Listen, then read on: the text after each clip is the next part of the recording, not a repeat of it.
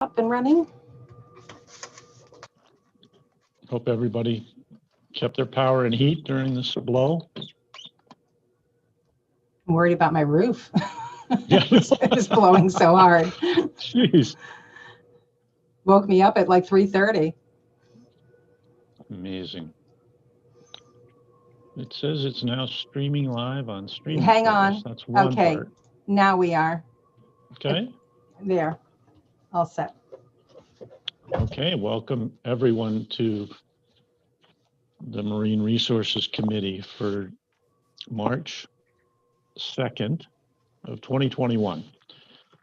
We have a quorum and it looks like almost everybody's here. We know Representative Fockingham had power go out, so he'll be along when he can. And we've got a couple of things going on that we're going to start with. Everybody knows I wrote a note during that last meeting.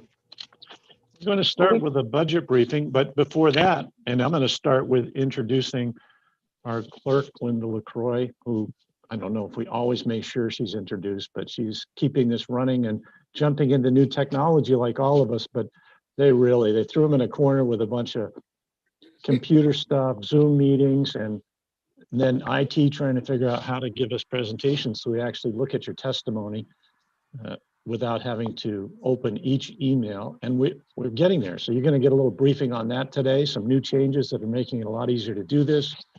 And we have Lynn Caswell is here. There we are.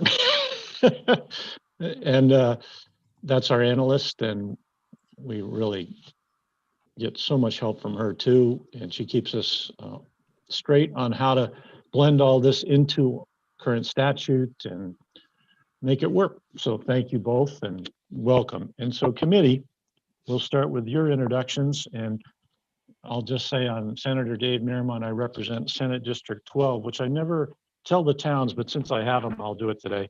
It's the district is Knox County, which is Appleton, Camden, Cree Haven, Cushing, Friendship, Hope, Idaho, Matinicus, Muscle Ridge Islands, North Haven, Owl's Head, Rockland, Rockport, South Thomaston, St. George, Thomaston, Union, Vinyl Haven, and Warren. And the only town in Knox County that it doesn't cover is Washington, but those folks and I have a good relationship too. So I go to some of their stuff, or I used to when there was stuff. So that's me. And we'll start around the horseshoe with Representative Thorne. Good morning. I'm Jim Thorne, representing District 103, Carmel, Herman, and a little slice of Etna. And I too am running on generator power as long as the gas holds up in the generator, because I put the last of the gas that I had in the garage in the generator. So when it runs out, then I got to run to the store for gas. So glad to be here. Great. Thanks for coming. Representative Crafts. Hi, good morning. Lydia Crafts from Newcastle. I represent House District 90, which includes Damascotta, Bremen, Bristol, Newcastle, Monhegan and Louds Islands, and parts of South Bristol and Noblesboro. Thank you. Welcome. Representative Hepler. Morning. I'm listening to the wind around me, hoping that things stay on my porch. I'm Allison Hepler. I represent House District 53, which is are the towns of Aroustic, Georgetown, Phippsburg, Woolwich, where I live, Dresden, and part of Richmond. Thank you and welcome. Representative Bloom. I'm Lydia Bloom. I represent House District 3 in York. And Representative Bloom takes care of the Marine Caucus too, the Climate Action Caucus, yes. Coastal and Climate Action Caucus that over the years has brought so much great information to help inform the committee and other legislators. I mean, I'm just so impressed by what you've brought to us over the years. Thank you so much, though. Thank you, Senator Miramon. And Senator Rosen. I don't see her, no. Okay, she'll be along. And I don't see Senator Maxman. And Representative McCray. Senator Maxman's coming, but she's going to be a little late. I'm Jay McCrate, and I represent Harpswell, West Bath, and Northeast Brunswick in the House. Thank you. Representative Fockingham will be along. Representative Alley. Yes, sir. I'm Representative Alley from the Junipero Beals area, and I have 12 towns in my communities that I take care of, and I'm in District 138. Thank you. Thank you. Welcome. And I don't see Representative McDonald yet. We know she'll be along. Representative Hutchins. Hello, this is Sherm Hutchins. I represent District 131, which are the towns of Penobscot, Allen, Dedham, Otis, Verona Island, Prospect, and Stockton Springs. Thank you. Thanks. Welcome. And Representative Stanley. Good morning. You're going to probably not see much of me this morning because I have to keep my video off to keep my internet flowing. I'm Peggy Stanley. I represent District 143, which is the towns of Millinocket, East Millinocket, Medway, Patton, Hersheytown, and other unorganized townships. Great. Welcome. Thank you, everyone. And for the public, remember that folks will be coming and going. I have to testify on a bill, which I'll have to check on here in a few minutes. And so we do that. We go, we testify on our bills that we're presenting or co-sponsoring. So we come and go, but we do read the testimony, and you're going to hear how that just got easier for all of us in just a little bit. And we're going to start with a briefing about the budget that's coming up, and that will be by the department. I'm going to turn it over to them to do that briefing, and Jay to just chair for a minute while I go over to this other committee to make sure I'm not being called on yet. I'll be right back. Thank you. Thank you.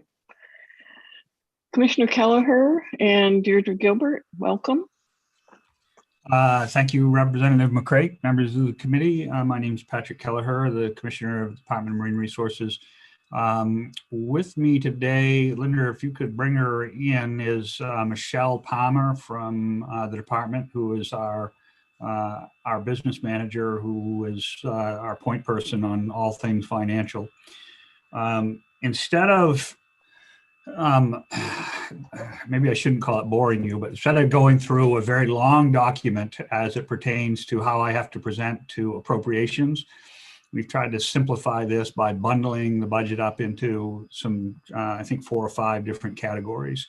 And you should have received a memo from me if you do want to follow along. It should be, I believe it's 3 pages, titled Department of Marine Resources Biennial Budget Overview for 22 and 23. Just a quick overview, the department is proposing an initiative comprised of a net increase of just over $1.3 million in general fund. This is a net increase of a net increase of $820,000 in federal funds and a net decrease of $100,000 in other special revenue funds. The budget requests are summarized into 5 categories. The first category is aquaculture. The aquaculture program supports and regulates a growing industry, both in the water and on land. And currently, the aquaculture contributes to about $88 million annually in direct revenues. So that's the 2019 numbers. The department's invested heavily in this program. We've doubled our staff since 2012 to meet the demand of industry growth. But the department cannot continue to support the costs, the ongoing costs for the program on the funds that were currently used. I was discussing this earlier, and even though we've made a lot of investments to the department, we've certainly shown that that investment has been beneficial because we continue to see a growth in this sector. It is a slow, stable growth, and one that we want to continue to see going into the future. So this particular budget is proposing that 5 positions be funded with general fund, and we've also requested 1.5 new positions. One would be a resource management coordinator and the other is a part-time paralegal. And the resource management coordinators, those are our people who do the lease application work. They take the application in, they process the application, deem it complete, and then they take that through the adjudicatory process to the end to then present to me any final decisions, proposed decisions on whether a lease should be granted or not. And so that is the overview from aquaculture. And Representative McCreight, I can go through this whole thing, or I can pause after each one to take questions, however you would like to handle that.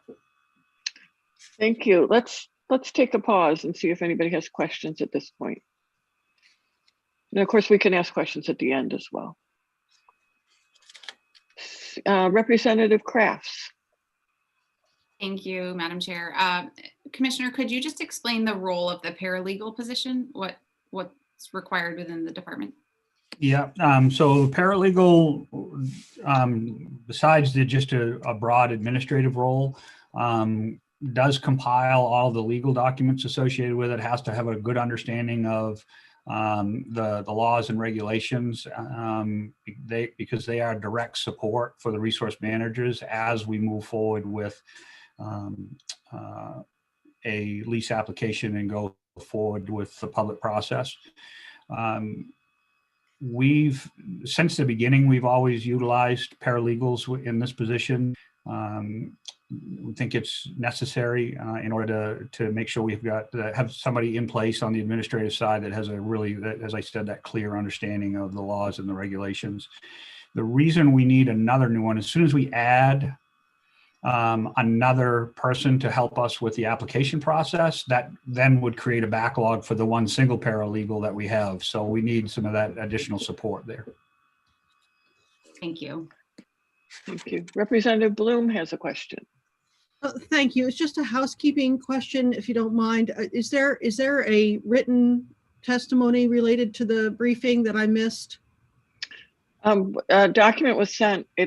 I think we got it this morning. I haven't found it yet, but it's in our email, I believe. Is that right, Commissioner? Yes, I believe Linda sent it out this morning. All right, Yeah. thank you. I'll look for it. Okay. Yeah. Commissioner, we're ready. All right, I'll keep going. The next initiative is the Bureau of Sea Run Fisheries and Habitat. DMR is proposing to reestablish Sea Run Fisheries and Habitat Bureau within the department. In my earlier life at the Department of Marine Resources, I was actually the bureau director of this particular bureau, and we're reestablishing this. We've been able to, after some reductions in budgets, not all on the state side, but also on the federal side, we've been able to build up this program back to where it needs to be. And it is at a level now where the current division director is interacting directly with me on high-level policy issues. This bureau also deals with the FERC regulatory process, as well as general fish passage and restoration efforts. The Sea Run Fisheries Group provides high priority management, scientific expertise that does overlap but is very distinct from the other marine, recreational, and commercial fishery monitoring that is the focus of the Bureau of Marine Science. So trying to get it back to where it was. This is really a paper exercise. So what it does is it transfers the 19 positions within that group to a new bureau. So there's no money component here directly with creating a bureau. It's just a reorganization within the agency. And I'll pause there if there's any questions. I have a question. Would this have to do with dams and fish ladders and those kinds of things? Yep, yeah, absolutely. Anything related to fish passage, FERC licensed dams, non-hydro dams, but as well as our trapping and truck programming and other broad restoration efforts. Thank you. Representative Bloom. Thank you. I understand that the DEP also has some jurisdiction over this, or is it you have to work with DEP in terms of effluent permits and things like that, right?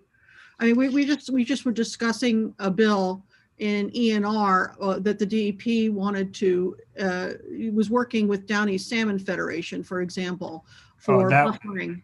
Yeah, so that was related to utilizing shell stock for buffering for pH issues in the rivers, especially down east. So yeah, that is a DEP. DEP is the lead on that type of thing because it is it's technically classified as a discharge because you're putting something in the water. So we do have a lot of overlap with them where we have to coordinate on whether it's discharge issues, whether it's 401 certifications, hydropower issues, those type of things where we work very closely together with them to coordinate our comments. FERC is probably one of the areas that we do a lot of work. This Bureau has a lot of, I don't want to call it overlap, but a lot of direct work with on those type of issues. And just to follow up, please. Sure. So in terms of the shells and its efficacy, and is that something that you would monitor for the sea-run fisheries? Would you monitor that, how it's working? Would you be involved in what the Downey Salmon Federation is doing? Yeah, we would. Permits. Yeah, they are DEP permits, so they would have the responsibility of doing that monitoring work themselves. The staff from the Bureau of Sea and Fisheries wouldn't be doing that, but we would certainly be in contact with Downey Salmon Federation. We do a lot of work with them and partner with them on a lot of different projects. So we would certainly be aware of it. Back when I was running the Atlantic Salmon Commission, what seems like 100 years ago now, these were tools that we used, the buffering tools, liming watersheds, liming drainage ditches, all related to trying to stabilize the pH within the rivers to benefit Atlantic salmon habitat. Thank you. Any other questions? Seeing none. Commissioner. Okay, area number 3 are some financial order positions. These financial order positions do not show up in our regular head count. They are thought of as what we would call limited period positions. And depending on the stability of funding, if we had a stable, more stable funding streams, we would advance them as permanent positions. The first one is a Marine Scientist 2, which coordinates the Salmon for Maine Rivers program. This is a position that's funded by both NOAA and U.S. Fish and Wildlife Service. The next one is a Biologist 2, which is the lead coordinator for DMR for our Bay of Fundy connectivity project. This is a $30 million project that's funded by the Natural Resource Conservation Service agreement that we have in place. We're still working on some of the congressional allocations on this funding, but it is very exciting funding for the upper portions of the St. Croix River system. The next is a Marine Resource Scientist 1. This is a coordinated position that deals with about $1 million worth of grant funds that document and test and experimental lobster fishing gear and modifications. This is all about reducing risk to the North Atlantic right whales. And the next one is a Public Service Manager 1. This is actually a Marine Patrol Captain position, critically important to the Bureau's operation. The captain serves, supervises our marine mechanics, our airplane pilot, and oversees all of our specialty teams, which includes firearms, underwater recovery, whale disentanglement, honor guard, hovercraft, critical incident stress management, and our maritime security. In addition to those, the captain also oversees our entire fleet of vessels, both small and large, and also is the point person for kind of the ever-evolving role of technology and law enforcement. So this is a catch-all position. It's critically important because if we didn't have a special services position, all of that, all of those roles that I just outlined would get kicked back out to a lot of people that are in the field, taking them out of the field away from those priority roles that they have for law enforcement and resource conservation protection. So I will pause there on those positions. And excuse me again, Commissioner, these are new positions, but limited depending on funding. These are all existing limited period positions. The limited period positions under financial order are in place for 2 years, so we need to continue these going forward. Okay. Okay, thank you. Any other questions? And is this, if things are more stable, would you be back to say we want to make this permanent, or we want to continue this as limited, or? Yes, I'm seeing Michelle nodding. Yeah, certainly the Marine Patrol captain is probably the highest priority as far as stability long-term. A couple of the others are definitely more limited in nature. However, as we've all talked about, the whale issue, the ongoing whale issues, there may be a need that we're going to have to identify both from a policy perspective and a science perspective, more long-term, that are going to be focused solely on the right whale issues that the industry is going to be facing. Thank you. Okay, I don't see other questions. Moving on to the fourth item, which is the central service rate increase. So DMR has been notified of rate increases from the Office of Information Technology, OIT, the Attorney General's Office, and the Natural Resource Service Center. So these increases total in FY22 about just over 166,000, and in FY23 149,000. So what we're proposing is to self-fund these initiatives, and the reason we would be able to self-fund these initiatives is if the rest of the budget passed. If the rest of the budget didn't pass and we had to fund all of the other issues internally, we would not be able to self-fund these. And I'll pause there. Any So I can have questions? some coffee. Representative Thorne. Very good. Green. Thank you. I'm just curious, I think we've addressed a couple of these rate increases, if I'm in the right category, such as Scala, we indicated. Is that what you're referring to? Rate increases? No, the rate increases here are outside of our control. So OIT, who does all of our computer, all of our technical work, all of our database maintenance, their cost has gone up. The Attorney General's Office, which we get a bargain on the Attorney General's Office, quite frankly, for all of the work that they do for us as an agency. I don't believe it totals more than 40,000 a year, but they needed additional paralegal help. And so this cost increase is to help cover that paralegal help for the natural resource agencies. And then the NRC increase, we've not had a rate increase from the service center, and the service center is our financial and HR service center. We've not had a rate increase there for years, Representative. And this is I think their rate increase is around 50,000 both years. Okay. Thank you. And I see we have a committee member who's joined us. Representative McDonald, would you like to introduce yourself? Thank you, Madam Chair. I'm Representative Genevieve McDonald. I represent House District 134, which is the offshore islands of Penobscot Bay and Western Frenchman's Bay. Nice to see everyone this morning. Welcome. Representative Thorne, are you all set?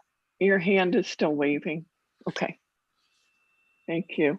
Commissioner. And the last area are position reorganizational changes. These position changes proposed in the budget include employee-initiated reorganizations that have all been approved by the Bureau of Human Resources. These changes are proposed to move position that will, several of these positions are changes that are also proposed to be moved into the positions within the Bureau of Sea Run Fisheries and Habitat. Just a little background, there's a lot of positions here. And just for a little bit of background, as you may all be aware, in the end of the last session, there was a statewide reorganization, or not a reorganization, let me rephrase that. There was a statewide compensation study that was going to be done. That work has been ongoing, and I believe it is being finalized now. But prior to that happening, at the Department of Inland Fisheries and Wildlife, on their fisheries division side, there were reorgs that happened and that were self-funded, that did not need to go through the legislative process. And what happened is that created some big inequities for people who work on fisheries issues. They're both fisheries science. One scientist would work in the freshwater, one would work in the marine environment. And what that did is it created a lot of inequities within buildings, both, for instance, in Jonesport, in our Bangor office, where IF&W staff and marine resource staff sit in the same building on the same floor doing very similar work. And all of a sudden our staff saw these people getting raises. We could not self-fund anything like that. So their avenue to rectify this were what is called an employee initiated FJA, where they would say, we believe we're being underpaid. It's a process by which they would fill out the paperwork. It is submitted to HR. They've all done that. And out of 22 or 23 submitted, I believe 19 were approved for increases. So that's what you see here as part of that. It's not necessarily part of the reorg. It was strictly done for a try to achieve pay equity with a lot of the positions. Representative Bloom. Thank you. I'm looking at the chart. I did find the sheet. So when it says changes 25 to 28, I still don't know what that means. Yeah, so those are the pay grade levels. So somebody who is a pay grade 25 would be increased to a 28. Great, thank you. And Representative, excuse me, Representative Hepler. Madam Chair. Commissioner, to what extent does any of this play into DMR's taking back the land run, land-based aquaculture? Yeah, so certainly the aquaculture increases certainly reflect that growth and taking that back. It was never looked at as something that we were going to need a lot of extra staff support on. It was something that,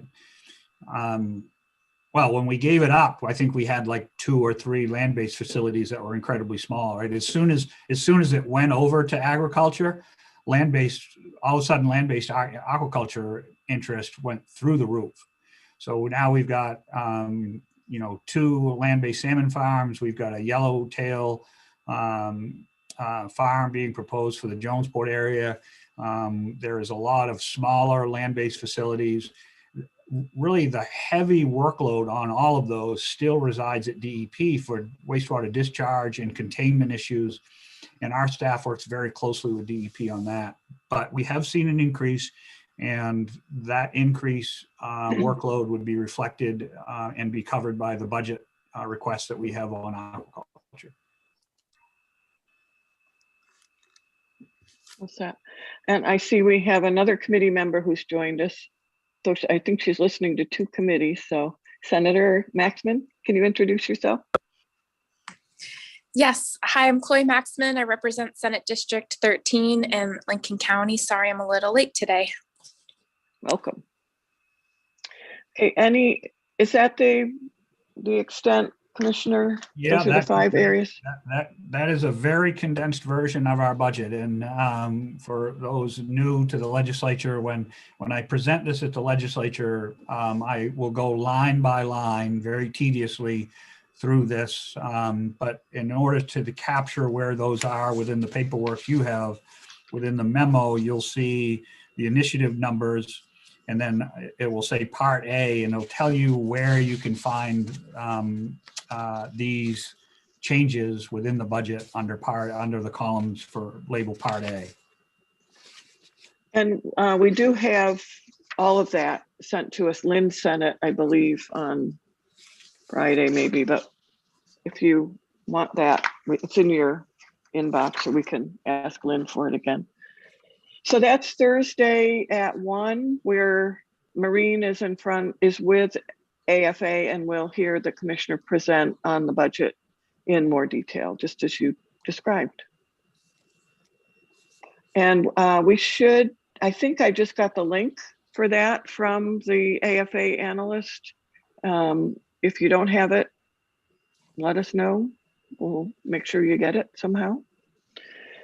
And Okay. any members of the committee that didn't hear the beginning of this, if they'd like to follow up with me directly, I'm happy to engage on any of that, any of the requests that we have. So I think this is, considering where we are in a pandemic and where we thought we were going to be at the beginning of this year, I'm certainly appreciative of the governor's support here.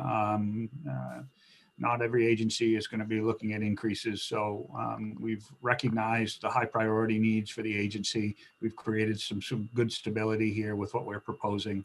You know, as those that have been around this committee a long time know that this agency can always use more, but considering again where we are in the middle of a pandemic, I feel pretty damn good, frankly, about this budget. So I appreciate everybody's time on it. Great, thank you. Thank you, Commissioner. Thank you, Michelle. And turning it back to Senator Meermont. We're going to head into a little tutorial from our analyst and the public hearing. Thank you, Representative McCray and everybody, and thanks for the briefing, Commissioner. And yeah, it'd be interesting when folks who do attend AFA and how that goes along. Very interesting. So I don't think it's as tedious. It probably is for you because you do it so many times on the same item, but we get to listen to a lot of great information that you just summarized, but go in more depth. So that'll be fun. And okay, let's move to Lynn. And you can explain this wonderful thing that's going to help us keep track of everything. And you know what, well, members who have been here for a while know you would show up and all the testimony would be in a folder in front of you, and all your folders would be stacked thanks to our wonderful clerk. And you just open it and go along with the person testifying so you could make notes. And it was wonderful. And the amount of work that our clerks and analysts do behind the scenes that we never see is amazing.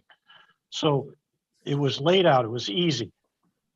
That's been missing unless you print everything off and then don't get reimbursed for your supplies, which is a really horrible idea and one we should keep talking to leadership about. But beyond that, the IT has rolled out a thing and Lynn's going to explain it all, and it's just helped me get back to where we were before, and I hope we hang on to it and have both options later. So Lynn. Thank you, Mr. Chair. So I am going to share my screen. Do you all see the legislative homepage? Okay. Yes. So in case you don't know how to get to the Marine Resources page, I thought I'd start here. You can click up on committees up here, or you can click on committees down there, but I go here, go legislative committees. You find us, which of course I can't do because I'm not seeing anything. We just lost it. We had it and then now it's just a blank screen. All right. Yeah, I think I knew that. I'm gonna, I think I recall others telling me that if I click on my screen, you lose it. So let me try this again. Can you see the Marine Resources page? Yes. Okay, so I'm scrolling down it. Can you see me scrolling? Yes. Okay, so if you get to the Marine Resources page and you find this list, this here, legislative meeting, public hearing, if I could get to the other side, it would have today's date. See this little piece of paper? You click it. And then it lists all the 2 hearings that you're going to have today. And I'm going to try clicking it again over here. Do you now see a whole list of names? Yes. Okay, so you have people who are speaking, their position, people who are providing written testimony for the hearing today. I think you can move them around. So you have for and neither, you can speaking, not speaking. If you want to see what they're saying, you click on that piece of paper and up pops, can you see the testimony? Yes. Okay, so up pops the testimony. So on the day of a hearing, you can click, hopefully I'm going backwards and you're seeing all this. You click on that little piece of paper and it will bring you to the public hearings, and then you can see who's speaking by this little arrow over here.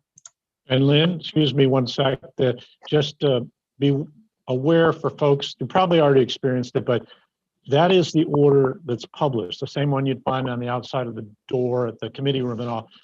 And we mostly go in order, but we not necessarily, and other committees I'm part of do not go in order. So don't think that like I'm waiting to speak in ag.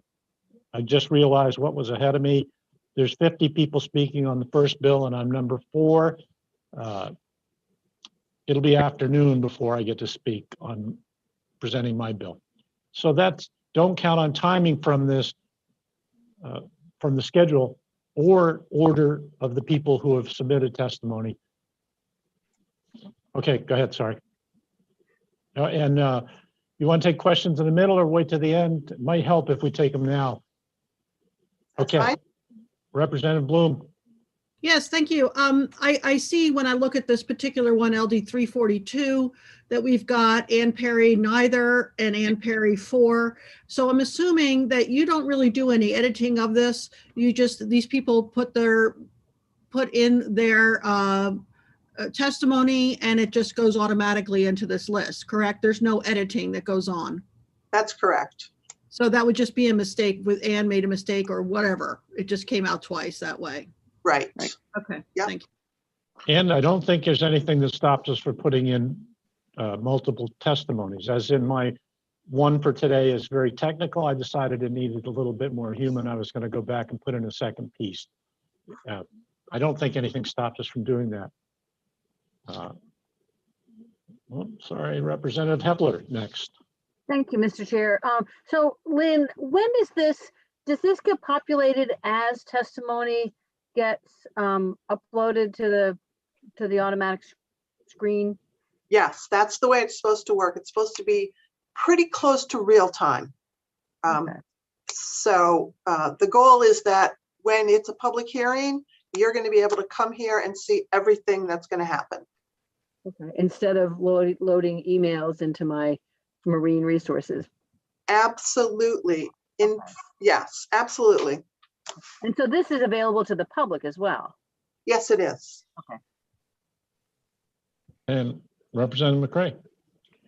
Thank you, Mr. Chair. I just wanted to say what excited me was beyond what we just learned is that if they are coming into your email, and so far they're here and in my email, I can delete them from my email because they're here, which means my email box is less full. And Senator Miramont said it may be that they'll stop coming to our emails and just go to the site, but that would be good, but I don't know yet. So you Lynn heard delete that, I believe. at will. Yeah. Yeah. And I have another question, unless you had anything to say about that part, Lynn? No, as I did hear that, but I think that some people may still prefer the email. So I'm not sure what they're going to do, but you can delete the emails because it will be here.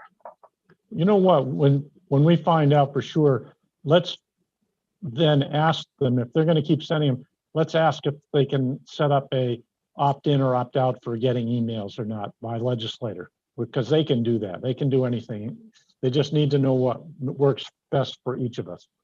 And then I have Representative Bloom, Representative Thorne, and Representative Hepler in that order, unless your hand's still up, Representative Hepler from before. Thank you. But Mulian Dana on this one does not have any written testimony, but she may have written testimony. It just didn't get attached, or it might be in our email. Is that possible? It's possible if she decides to send the testimony directly to the members as opposed to using the portal. Yes.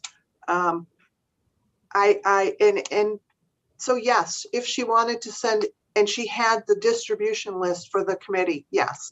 But it may be that she just doesn't have written testimony that she had prepared before the public hearing. But so the portal, you take from the emails that you send us and this list, they're both coming from the same place, right? So you're not there's not a possibility that Muli Andina sent something to you with an attachment that didn't get on here. That's my point. If I got an email with testimony, and I think Linda probably does the same thing, I would write back and say, please post this. Here's the link to the portal.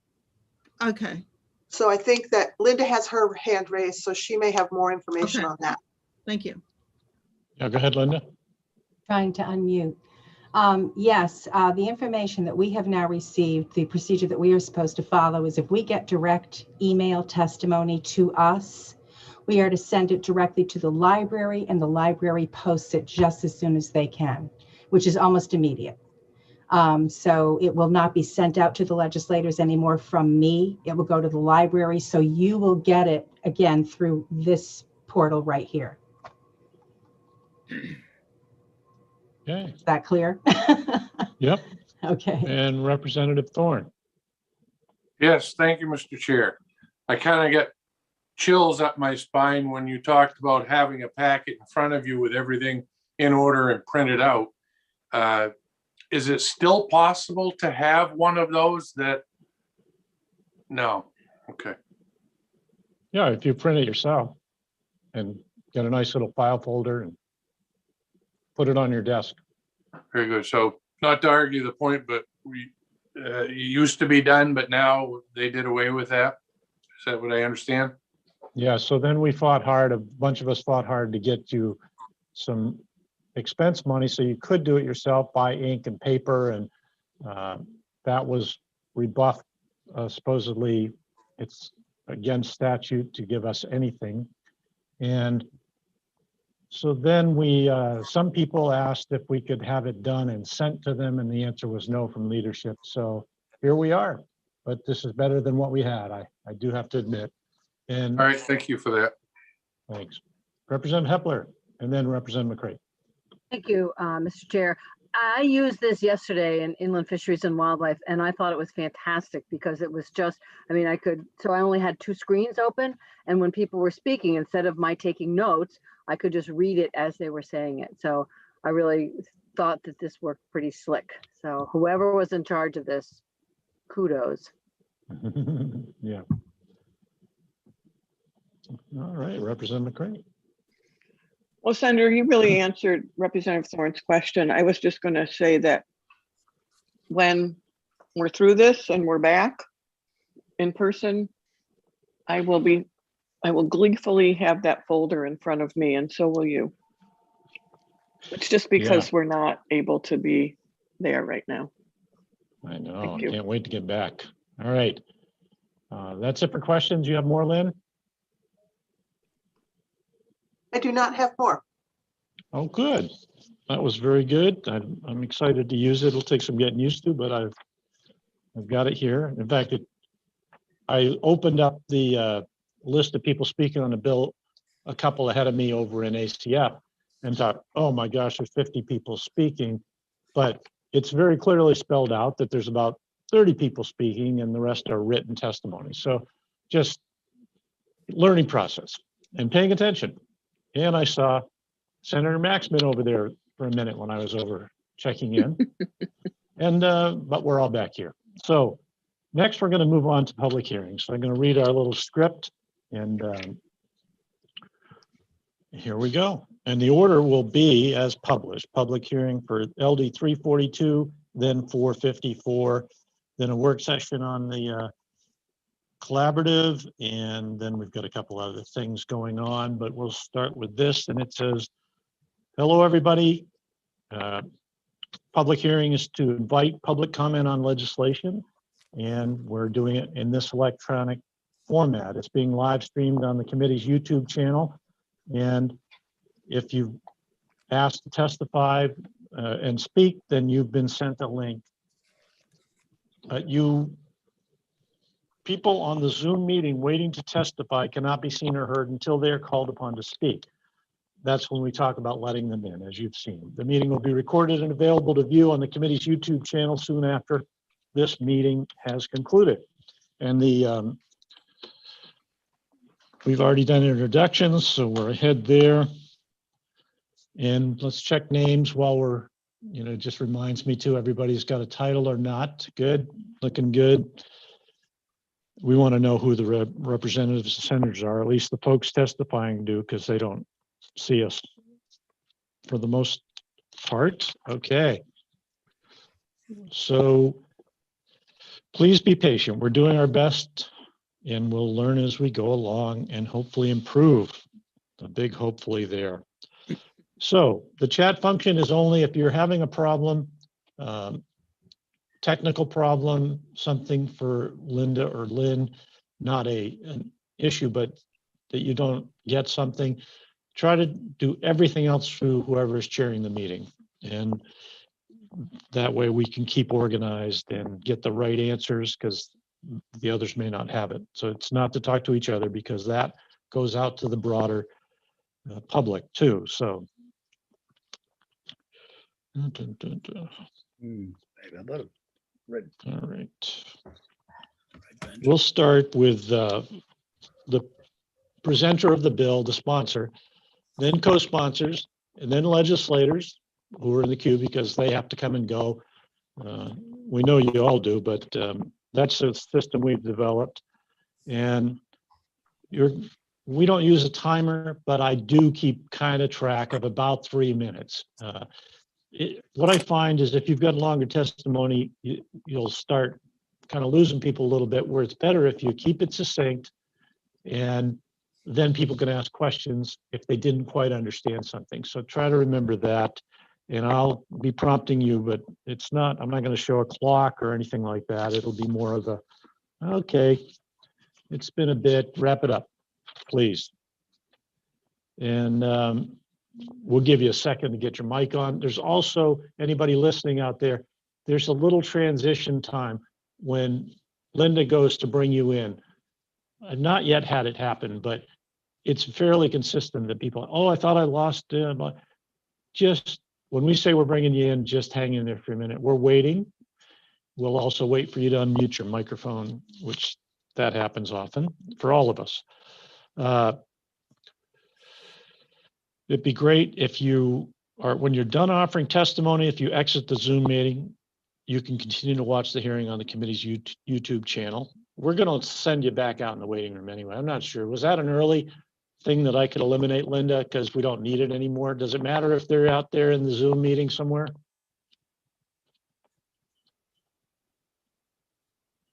Sorry. I'm sorry. Can you repeat that, Senator? It says on this script, it'd be great if when you're done testifying, you exit the Zoom meeting. You can continue to watch the hearing on the committee's YouTube channel. Is there any reason for that? I don't think so. I mean, if it were a very large meeting, then it might be harder to navigate the attendee list looking for people. But if it's, fairly small, they can stay in the waiting room and watch it from there. Okay, we'll skip that for Maureen because we don't get too many big ones, and try to remember that. Remind me if we do something that aggravates the clamors and wormers and they decide to come. If you need to exit the meeting before being called upon to testify, please be aware that you may submit written testimony at any time, and you can check in on how. So it's being broadcast and recorded.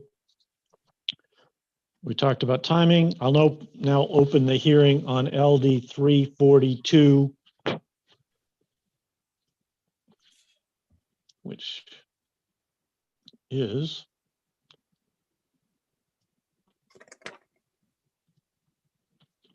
there it is, LD 342, an act to establish a permanent appointment of a member of the Wabanaki tribes to the Marine Resources Advisory Council, sponsored by Representative Rena Newell of the Passamaquoddy tribe. I see that you're here. Welcome, Representative Newell. See if I'm supposed to say anything else. Seems like enough, doesn't it? And the floor is yours. Thank you for being here today. Thank you, Mr. Chair. Good morning, Senator Marymount, Representative McCrate, and other distinguished members of the Joint Standing Committee on Marine Resources. I am Tribal Representative Rena Newell from the Passamaquoddy tribe at Sabayak. Although my words today are very similar to those that I provided before another committee relative to a similar appointment, this morning I have included the following as part of my introduction to my testimony. The word Passamaquoddy in our language, pronounced as Beskamukarig, which means the people who spare Pollock. I have been blessed to have spent my life living in the most eastern point of this land. My home, when viewed from a canoe paddling in Passamaquoddy Bay, sits along the water's edge, known in our language as Sabayak. My house sits on a ledge that purposely faces directly to the east.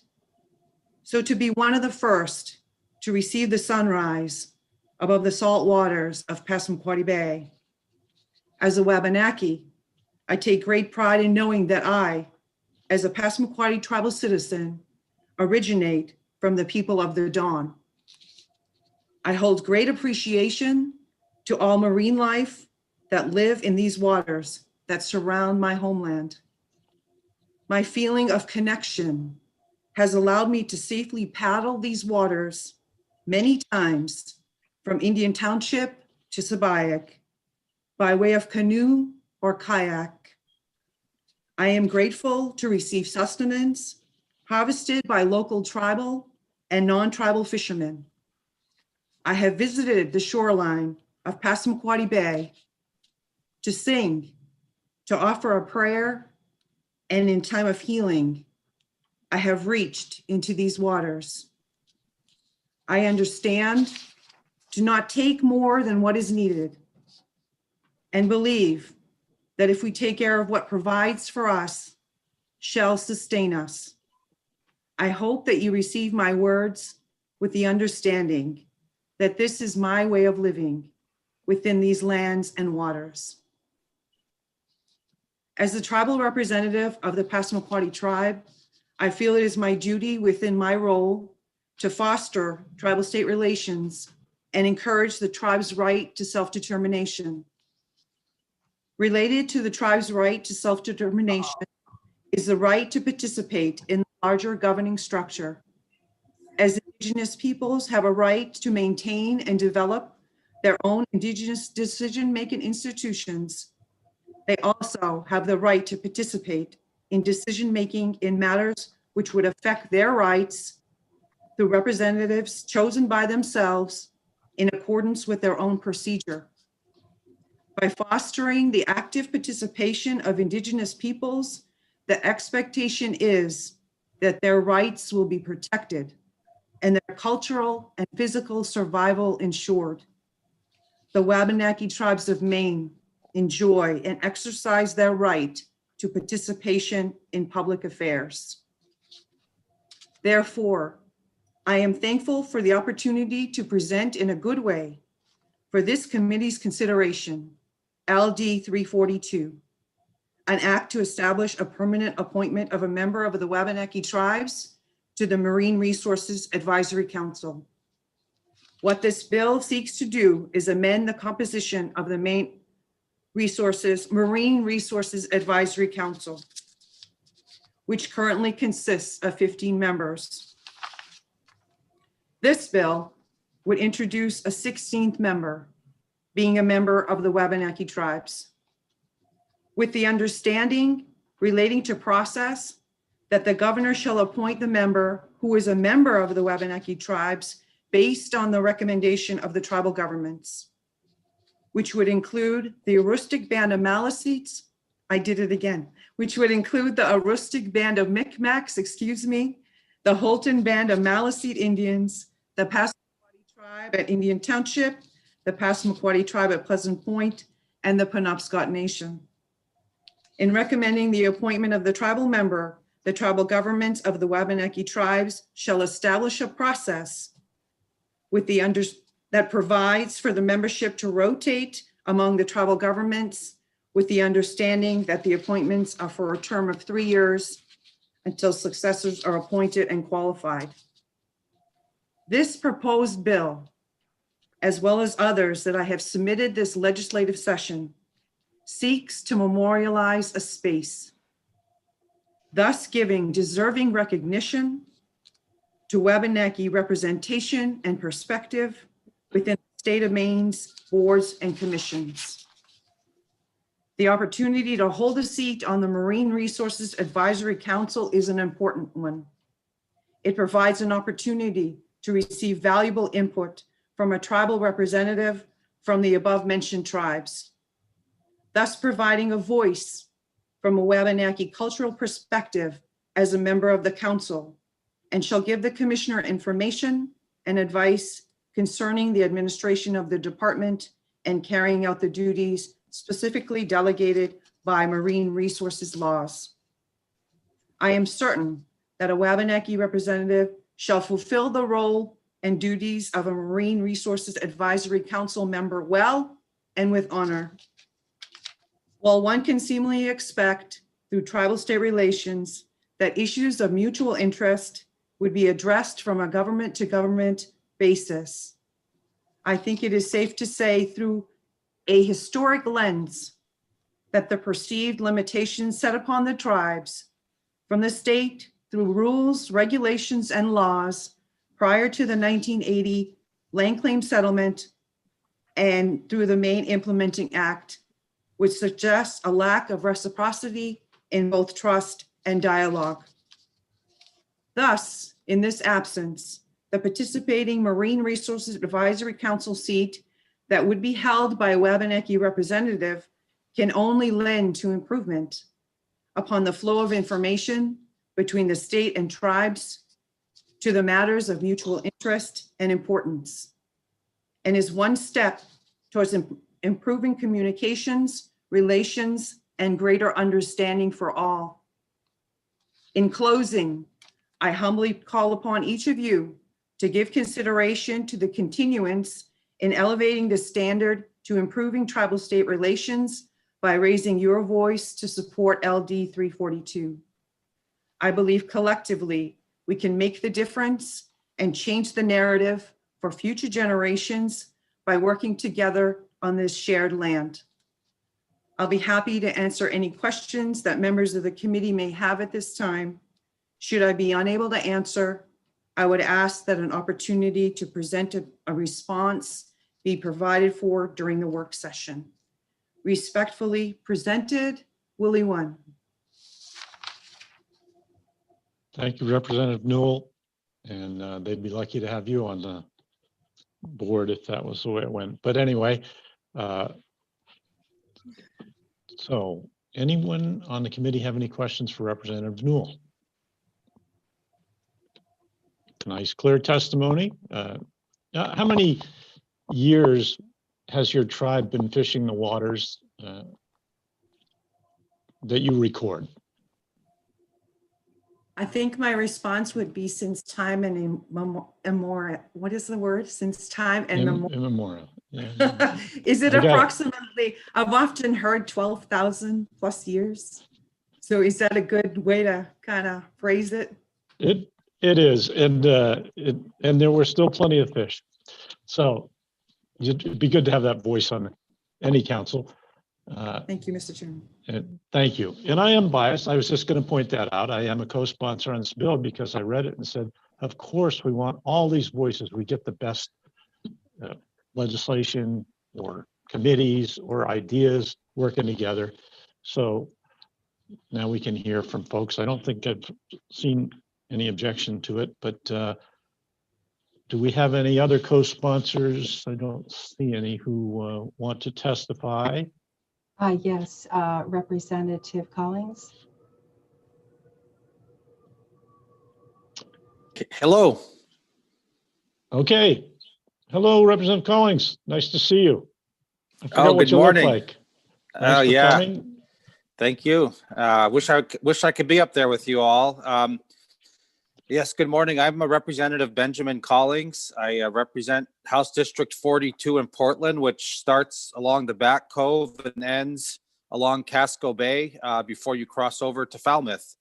But I am from Fort Kent originally, and I don't know if I co-sponsored this bill, but I did want to speak very briefly in support of the concept. I actually, forgive my ignorance, but I thought that this Odie, the Odie had a seat on this board, but I was confused because the last 2 years in the 129th session, many boards and commissions added tribal members for the same reasons.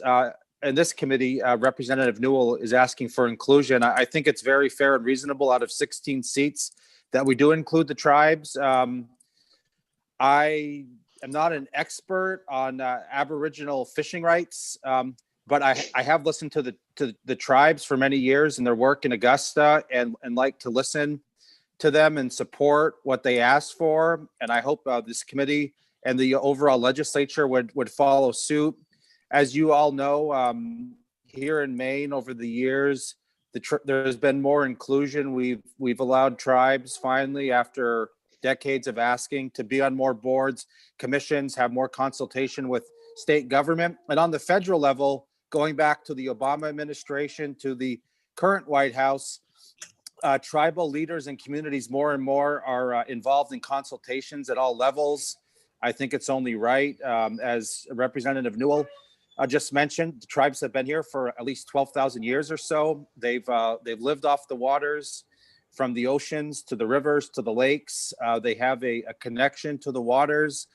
They also have a lot that I think they could teach the board and the state as a whole. They do have some unique perspectives, and I think their voice would be welcomed. And there are some, as broader changes are being talked about and slowly implemented with tribal state relations, I think it only makes sense that, just like in many areas of state government, that the tribes are included and have a voice, because there's going to be a crossover, and it's always better to communicate and work with people up front than to have issues and not have that communication. So again, I'm not a foremost expert on Aboriginal Indigenous fishing rights, but I do want to just echo what Representative Newell said by firmly supporting this bill. And I hope that all of you on this committee would see fit to support this. One last note is, I had in the past asked to be placed on the Marine Resource Committee. Fortunately for you, I wasn't on there. You don't have to see me every day. But I do like the committee, and I do want to advocate as much as I can for tribal fishing rights, as well as working waterfronts in Portland throughout the state. So thank you for allowing me to speak. And while I'm not an expert on, again, Aboriginal fishing rights, I'd be glad to answer any questions if I could in my limited ability. Thank you. Thank you, Representative. And COVID has confused a lot of things. You are a co-sponsor, so the right thing happened, and all good. You're here too, so good. All right. You didn't just jump the line. We appreciate your testimony. Any questions? I don't see any hands. So, all right. Well, thank you. And thank you, Senator. Have a great day. You too. And thank you all. Look at the bill just for a second, and I don't see any of the other folks unless Senator Maxman. I know she's straddling a couple committees. If she, Senator Maxman, did you want to say anything about this bill that you co-sponsored? You don't have to. I just want to give you the chance. I think she's deep in the other committee. Probably so. There's quite a conversation. I've got it going over there, but I'm just listening to us. So they're asking so many questions with 25 people who are expecting to talk. It'll be tomorrow before I testify on my bill. Okay. I do see Representative Pebworth. I don't know if she's here for this bill. Okay, well, let's find out, because the legislators are next. Unless you have anybody I don't know, Linda. I believe she is for 454. Okay. As soon as we figure that out, we'll move on to folks who are for this bill, who want to testify for the bill. And I believe the commissioner is speaking for the department before we get into other testimony. Well, why don't you go ahead while Linda figures out Representative Pebworth. Commissioner, go ahead. Okay, thank you, Senator. Senator Miramont, Representative McCrate, Members of the Joint Standing Committee on Marine Resources. For the record, my name is Patrick Kelleher. I'm the Commissioner at the Department of Marine Resources. I'm testifying today on behalf of the department in support of LD 342. The Department of Marine Resources Advisory Council was created to advise the Commissioner on the administration of the department and to carry out other duties as delegated by law.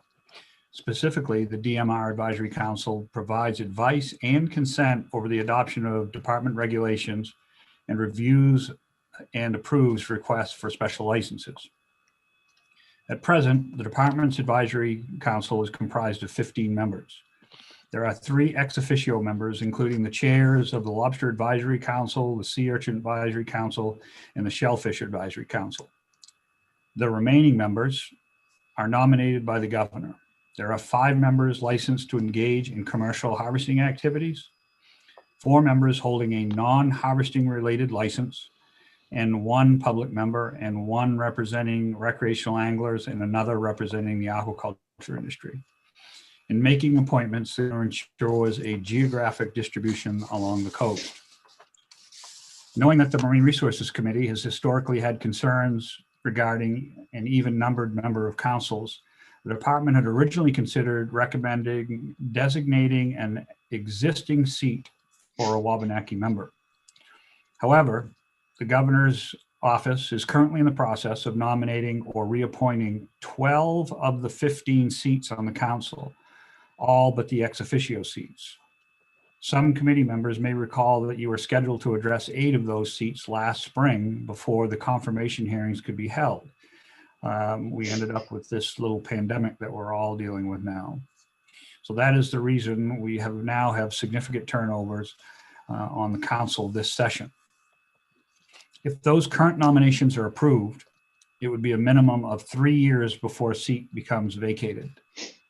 For this reason, the department supports adding a seat to the council so the Wabanaki member could join the council in a more timely manner. The department's only suggestion would be to specify that the governor would make his or her selection from among names recommended from the Wabanaki tribe rather than a single recommendation. Elsewhere in the section of law that governs the council, the language that is used is the governor makes the nomination from names, plural, recommended for the governor. The DMR Advisory Council plays an important role in establishing the regulations that govern Maine's fishing industry. We are grateful for their work, and we would welcome the participation by a member of the Wabanaki tribe in these efforts. Thank you for your consideration, and I would be happy to answer any questions that you may have. Thank you, Commissioner. Any questions for the Commissioner? Seeing none. Next person who would like to speak. Linda, who do we have? I have the list here, but Yes. I don't really know who's actually on. Next would be Ernest Neptune, and then Dana Mollin. I hope I said that right. And then Ann Molly and Perry. Dana, yes. Okay, great. And let's bring Mr. Neptune in. Mr. Neptune into the Marine Resources Committee. I love that.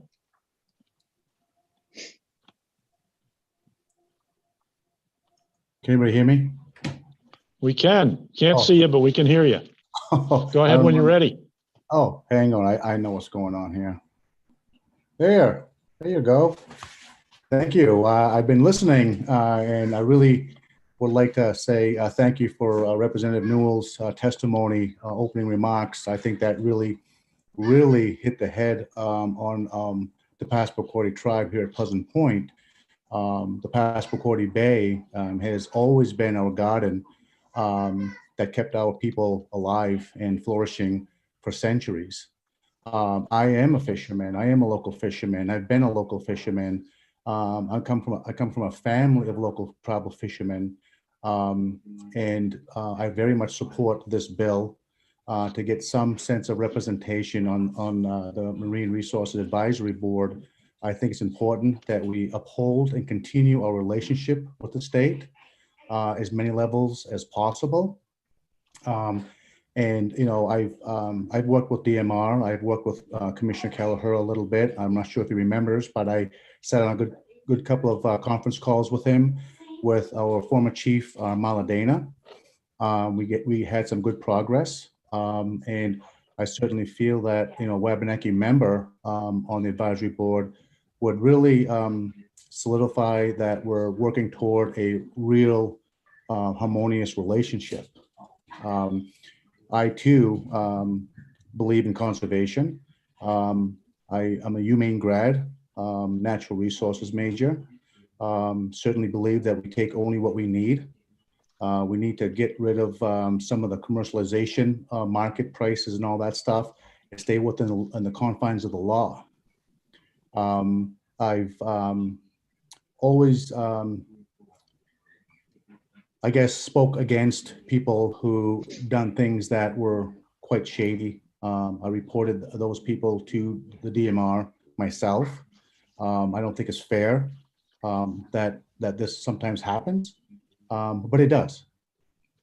But certainly being on the advisory board will give us, you know, somewhat of a say, a voice, and a person that we can communicate with on some subject matters that may be up for debate. I know it could be as easily as getting hold of the commissioner at times, but sometimes it could be just as easier to go with our advisory board member. So that's where I stand, and I thank you all for allowing me on this. And again, a great job for Representative Newell to kind of giving you a picture of what we see every day. When the sun comes up, we see it first. It's always been that way for many, many centuries, and hopefully many more to come. Thank you very much. Thank you, Mr. Neptune. Good timing too. Appreciate it. Anybody have any questions? Sounds like you need to talk to your leadership about being on in that slot. But yeah, well, I am the newly elected vice chief also. So congratulations. At that capacity, thank you very much. And I will be working with Chief Maggie Dana and giving an update on this call as well. Great. Thank you. Thank you. Any members have questions? No, we're just taking it in today. It's a great listening day. So thank you very much. And we have Molly and Dana representing the Penobscot Nation, who I see is here, and go ahead with your testimony. And just, I keep forgetting to tell people to say who they are and who they represent. At least I said it this time. So go ahead. Thank you. Good morning. Thank you. Yes, I am Molly and Dana, and I am the Penobscot Nation Tribal Ambassador. Thank you, Senator Miramont, Representative McCreight, and members of the committee for listening to the public comment today. And I really don't know if I can add much more because Representative Newell does such a beautiful job introducing her bills.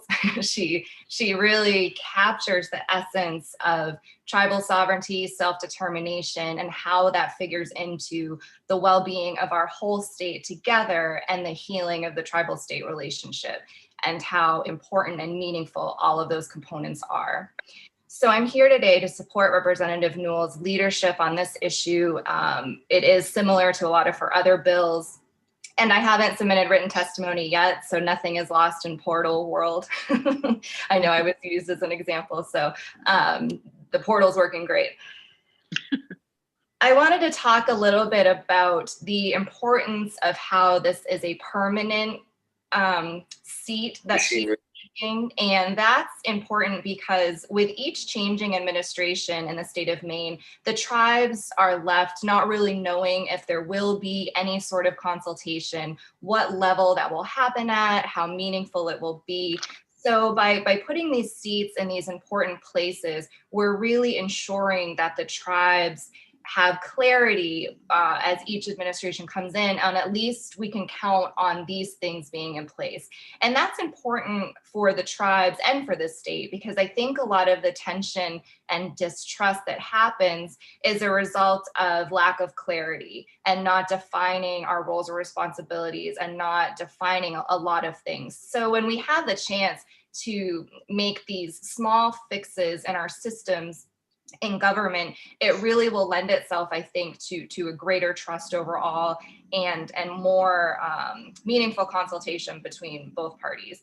And I want to thank this committee in particular for the briefing that we had with tribal leaders. And I think that this bill is a really natural next step in our working together. And I want to thank the commissioner for following up on that previous meeting and for being here to speak today for sure. I think that those have been some good discussions from that first meeting. I think when we're talking about any sort of natural resources topic, it's really a win-win when the tribes and the state are collaborating, because the tribes really, it's a chance to affirm our sovereignty and self-determination, to work in that government to government capacity. And the state will benefit because, as Representative Newell and Vice Chief Neptune spoke of, there's, this isn't a separate issue for us, natural resources and preservation and stewardship and sustainability. This is woven into our culture. It's woven into who we are and who we have been for thousands of years. I think when Representative Newell was asked, how long have your people been fishing these waters? It's, I have a hard time with that phrase too, time immemorial. It's a clunky phrase, but it really is way back. It's not measurable. It's really from our creation. And that's how we view it, and we take it so seriously. So to have guidance from the tribes in Maine looking at these issues, I really see it as beneficial to everyone involved. So I'm not on the eastern part of the state like my Passamaquoddy friends who do see the most beautiful sunrises, but as an inland tribal member, I'll lend my support today for this important bill. And I thank you so much. I urge you to vote ought to pass, and I'm happy to take any questions. Thank you. Any questions for Ms. Dana? And if you have a title, I'll use it. I just don't know where it stands right now. Sure, it's Ambassador. Ambassador? Oh, good. Yes. Ambassador Dana. I like that. And apologize to Vice Chief Neptune that I didn't use his title. I tried to, he told me at the end, so it's like, okay, we got there late. But I don't see any hands. So thank you very much for being here today. And nope, nothing came up. Okay, so Linda, anybody else? No, I had Ann Perry on the list to testify, but I do not see her in the waiting room. So she was doubly enthused. She'd signed up twice and didn't speak twice. But we know her passion and support for this idea. So that's wonderful. And we have some written testimony that we can look at now with our wonderful system that we'll be looking at before we get to the work session. So seeing no more folks to testify on this bill, no more questions, I will call this public hearing closed.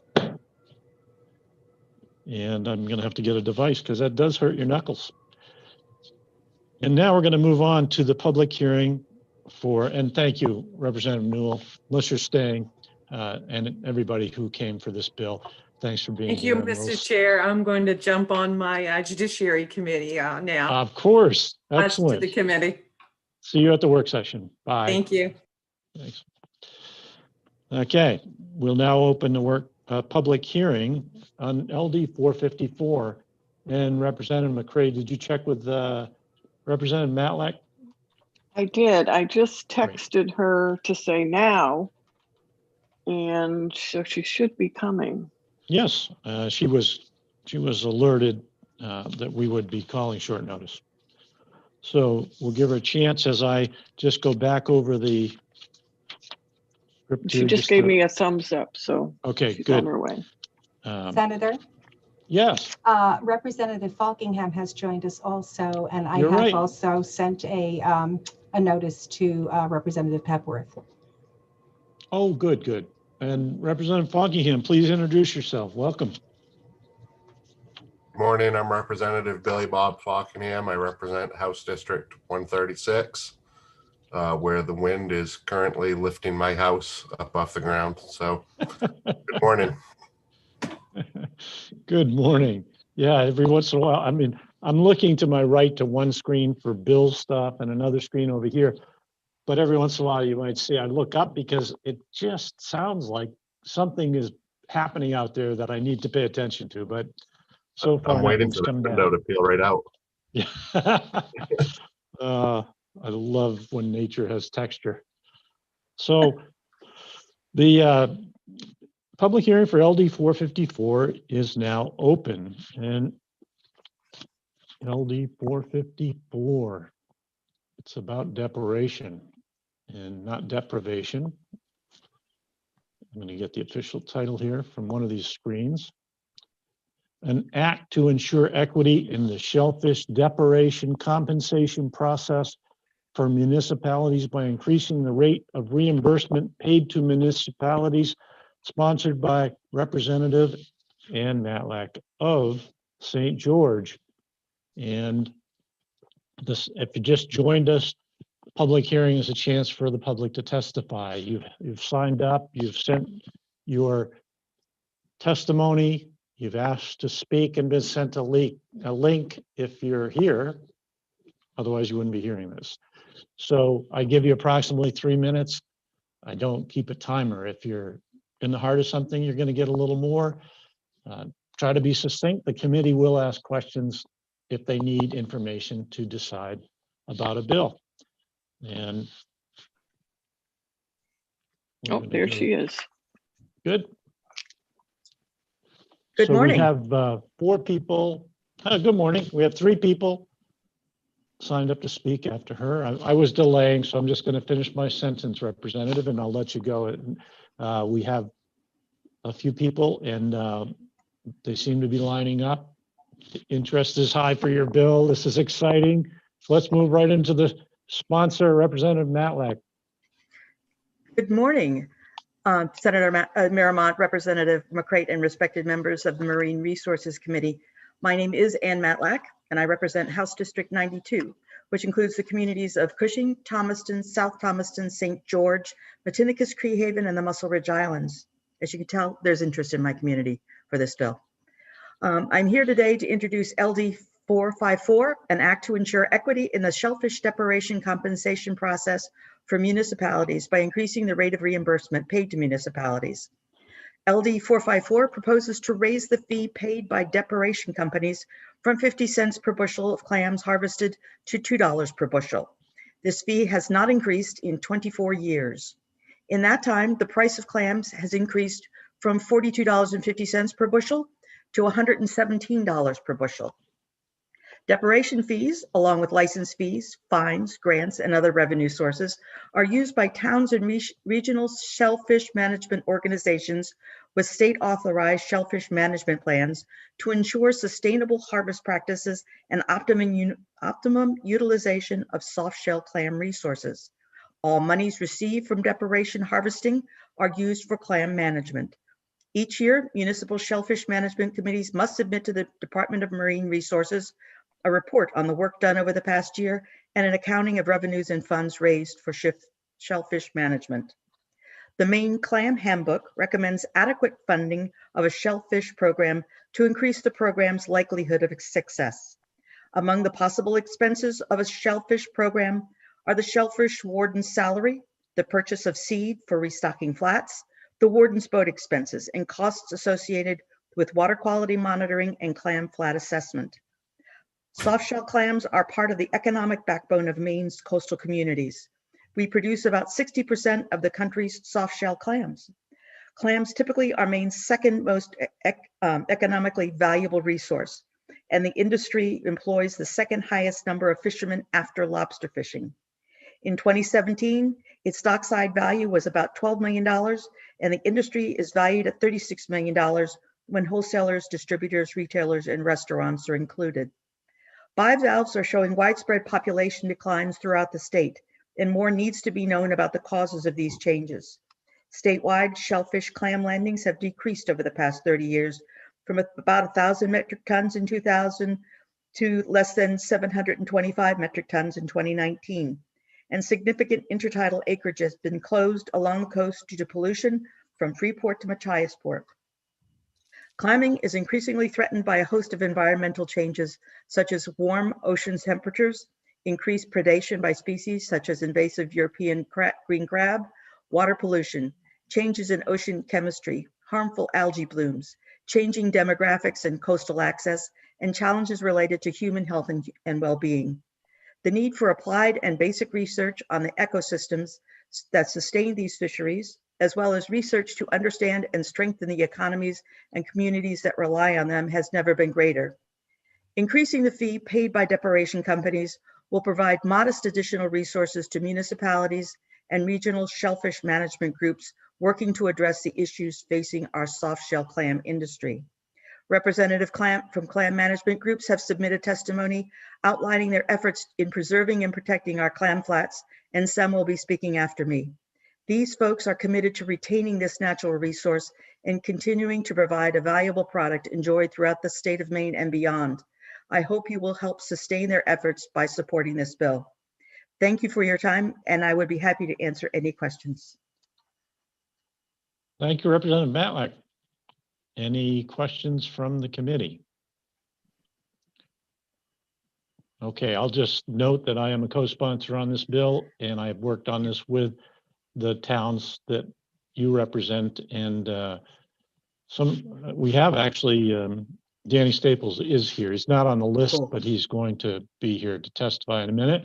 And he approached me with Bill Hahn, who is from Thomaston, about this very issue for years, and we have been trying to figure out how to move it along. So it's a good idea. You heard the value of a bushel, so that it's not a hardship as it's increased, and the towns do have more management issues. So that's why I signed on with you, and there's supposed to be a question. Let me think.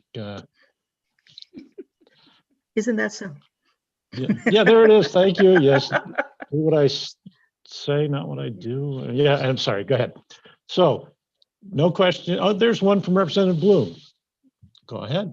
Yeah, thank you. Thank you, Representative Matlack, for being here. It just seems like a very large increase from 50 cents to $2. And you're saying you're trying to make up for time, so that the person who's paying this is, that can make a difference to them.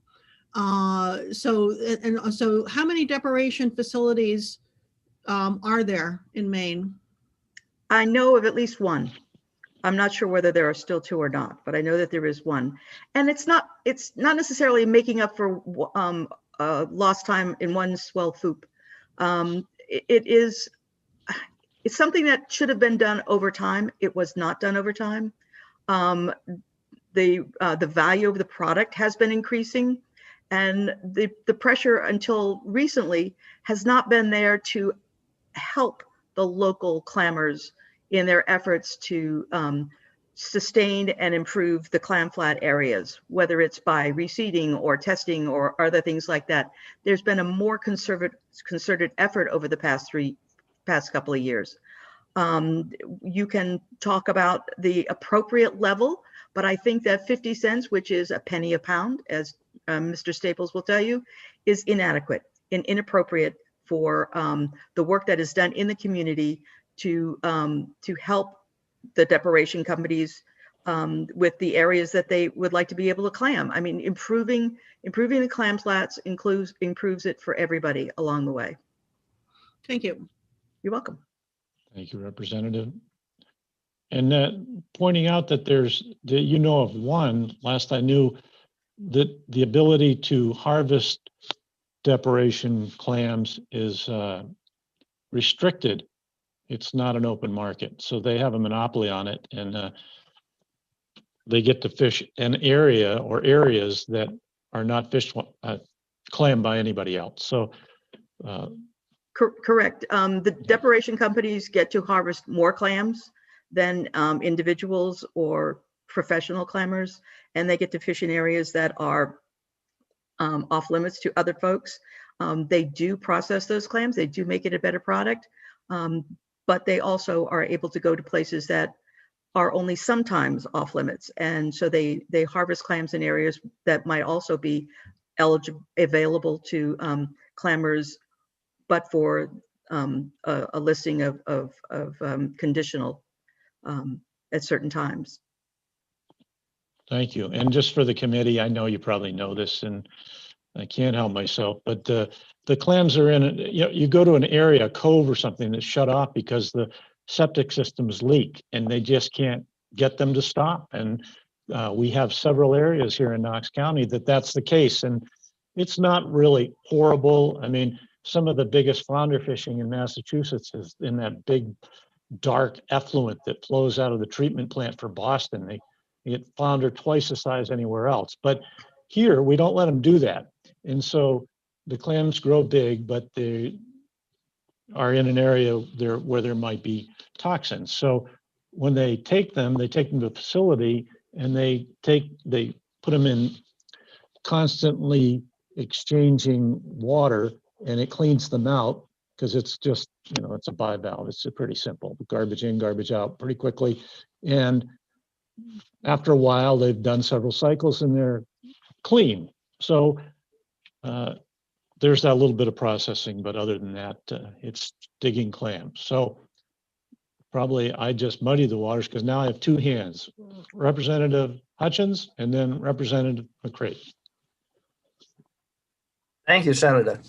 I have a letter here from the town of Brooklyn, which is right close to my area. It isn't in my district. It used to be 30 years ago.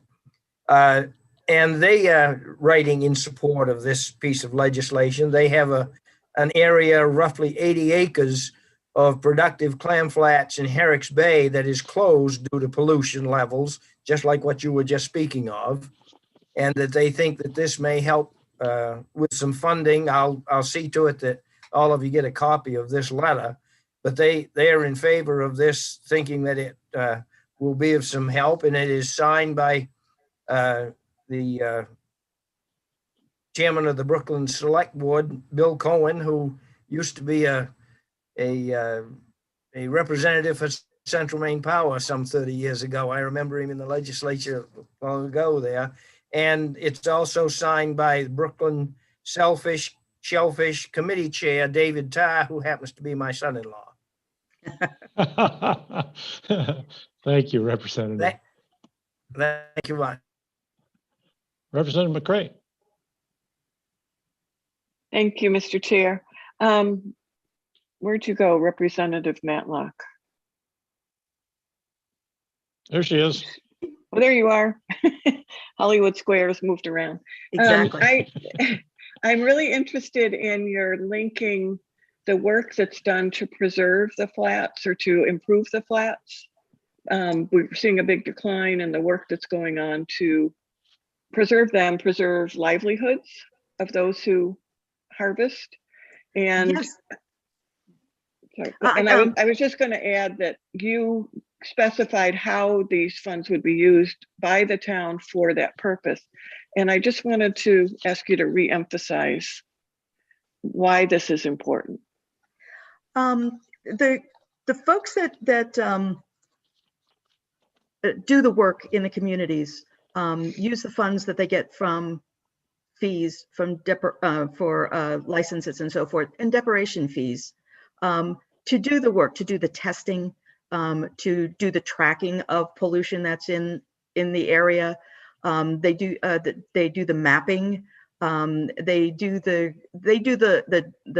cold, wet work that needs to be done, mostly as volunteers. Their time is used as a match for the work. They're in order to fish, in order to belong to these organizations, they need to put in time. And when they put in time, they go out and they do the work. I don't know whether Mr. Taylor will be here today, but he's the leader of the folks around here. He organizes the clammers to go out regularly to do mapping. He's working with local students to get them involved with the testing of the water in this area. It's a modest amount of money, And they also reach out and they get grants for certain projects that they do. But all the money that they bring in goes directly into the work that they do to improve the clam flats in our area, whether it is tracking the pollution, whether it is reseeding, whether it is the mapping that they do. And they're great for reaching out and finding other resources that will help them do a better job of improving the clam flats and to be able to continue clamming into the future. Thank you. I don't see any other hands. Oh, there's one, One Representative more Bloom. question, sorry. Thank you. So the price of clams have increased from $42.50 per bushel to $117 per bushel. Is that been a linear increase, or is it possible that the price can go up and down? I mean, you know, I think any commodity can go up and down. So what, I mean, has that been a steady increase over the years?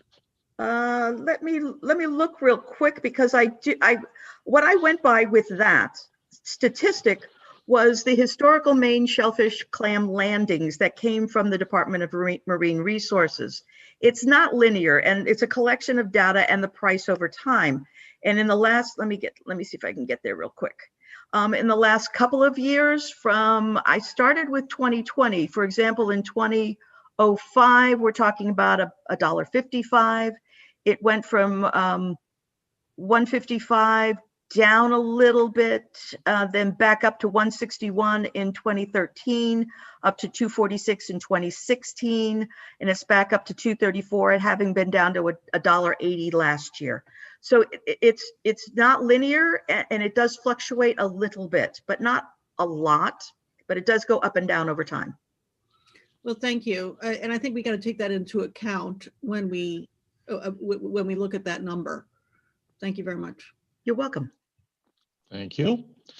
And we do have on the list, Abden Simmons has signed up late, but will be testifying. So you should be able to ask him about that too. The scarcity should keep prices up. But who's next, Linda? I believe it would be Representative Pepworth. Oh, that's right. You were here for this one. Thank you. I see you and it's like, oh yeah, Representative Pepworth's there. It's like the labor Hollywood Square. Welcome and feel free to start. Thank you very much. My cat decided this was a perfect moment to come visit and testify as well. It is a pleasure to be here, Senate Chair Miramont and Representative Chair McCrate, neighboring representatives McDonald and Hutchins, and friends and distinguished members of the Committee on Marine Resources and also staff. I'm Sarah Pepworth. I represent House District 133, which includes 6 coastal towns, those of Blue Hill, Brooklyn, Brooksville, Castine, Sedgwick, and Surrey. And I'm here today speaking in support of LD 454. You have testimony before you, which Representative Hutchins referred to, from the Brooklyn Select Board and Municipal Shellfish Committee. I will try to be as efficient in my spoken testimony as they were in their written. I've been impressed by their stewardship and commitment to working toward clam flats being a healthy, sustainable, locally managed resource. Ideally, and in the not so distant future, our waters and flats will be pollution-free. Raising the price per bushel, which hasn't been adjusted in years, as you heard, and is long overdue, would increase available resources to local municipalities. Supporting their work in this way is the right thing to do. Thank you for your time. Happy to answer questions, but I know folks are coming behind me who are literally in the mud, in the field, so to speak, and much more experienced at information that would help answer those questions you might have. Thank you, Representative Pepworth. Any members of the committee with questions for the representative? Yeah, we're looking forward to that testimony. It's going to be sent to us, so we'll have a chance to look. And seeing none, have a great day in whatever other committee you're going to be in. Okay. Don't see any other representatives on the list. No. No. No. The next person I have in line and I've just brought in is David Taylor, who is in favor. doubly in favor. He's on the list twice. And we caught up with everybody else. Representative McDonald seems to be back. Limited connection issues. We lost one of our members to another power failure. It's going to be that kind of day. And welcome, Mr. Taylor. Your turn. And I see you're muted, which you're probably working on, or maybe you're in transition. It's very windy in this part of the world. Yeah. Representative McCray, if you could, can I just step out for 1 minute and be right back while he's coming in? Sure. I'll be right back. Sure. Mr. Taylor, we can see a picture, but you're muted. Are you able to? We can't unmute, can we? I cannot. I can only request that they unmute. Okay.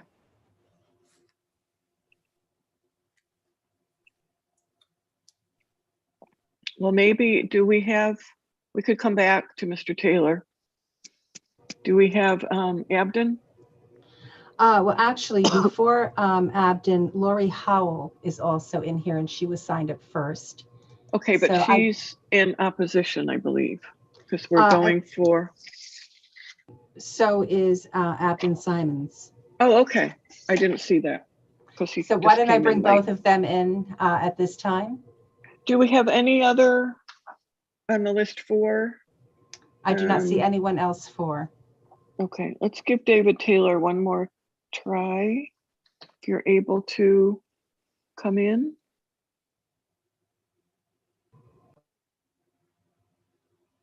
Nope. We'll come back to Mr. Taylor and try again. Okay, so we have Lori Howell first and then Abden Simmons. Lori, are you with us? Yes, thank you, Representative McCray. Welcome. Good morning, and thank you everyone for the opportunity to be here. I have been in this business for over 35 years at this point in time. My husband and I live in Elliott, where we own and operate Spinney Creek Shellfish. Our children, hopefully one of our children has joined us in this endeavor, and hopefully the other one will at some point in time. And we have in the summertime approximately 20 employees. So obviously a contributor to our local economy in this end of the state.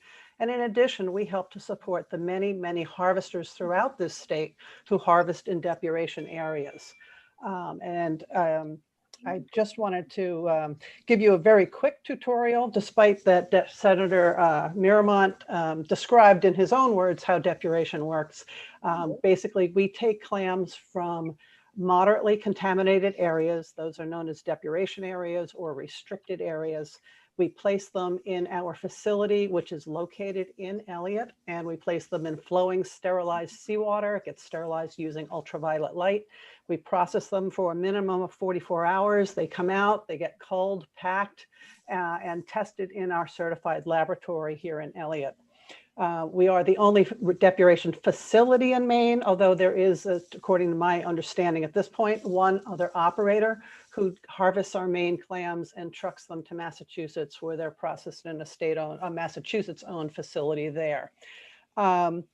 Despite what I've heard so far, even though the price of clams has certainly gone up over the last 20 or 24 years, the profit margins have not. Just like anything else in this business, we're subject to a high level of regulatory controls.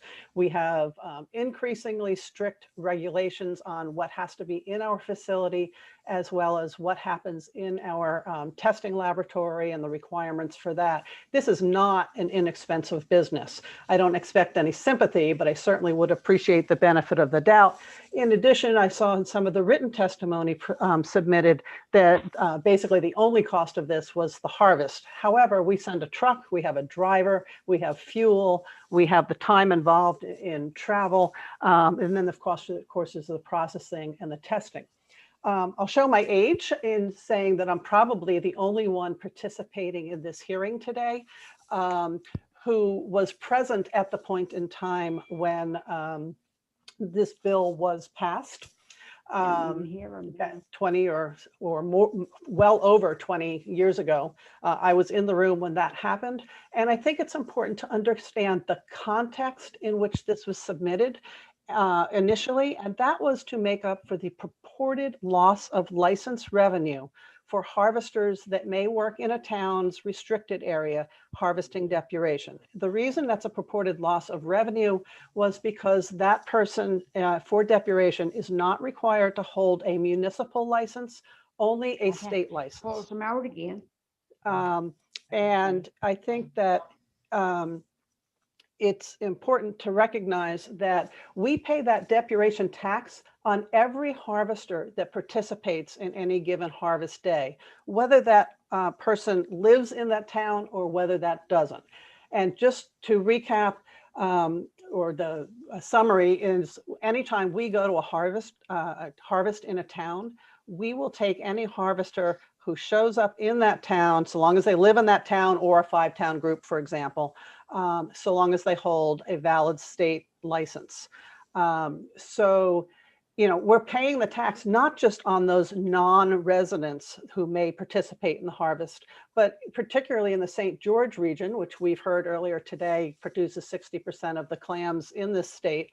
But we pay on every St. George harvester who harvests in that area. And in particular in the St. George, those harvests are largely comprised of local residents. They are the community that is doing this work. And they're doing the harvest, and we're paying on that. And I don't suggest, I'm very comfortable with that situation where we pay on the local and the non-local residents in a harvest. I'm fine with that. I don't think we want to make this into a complicated accounting scenario, but I think we have to understand and be reasonable in terms of what the level of that fee is.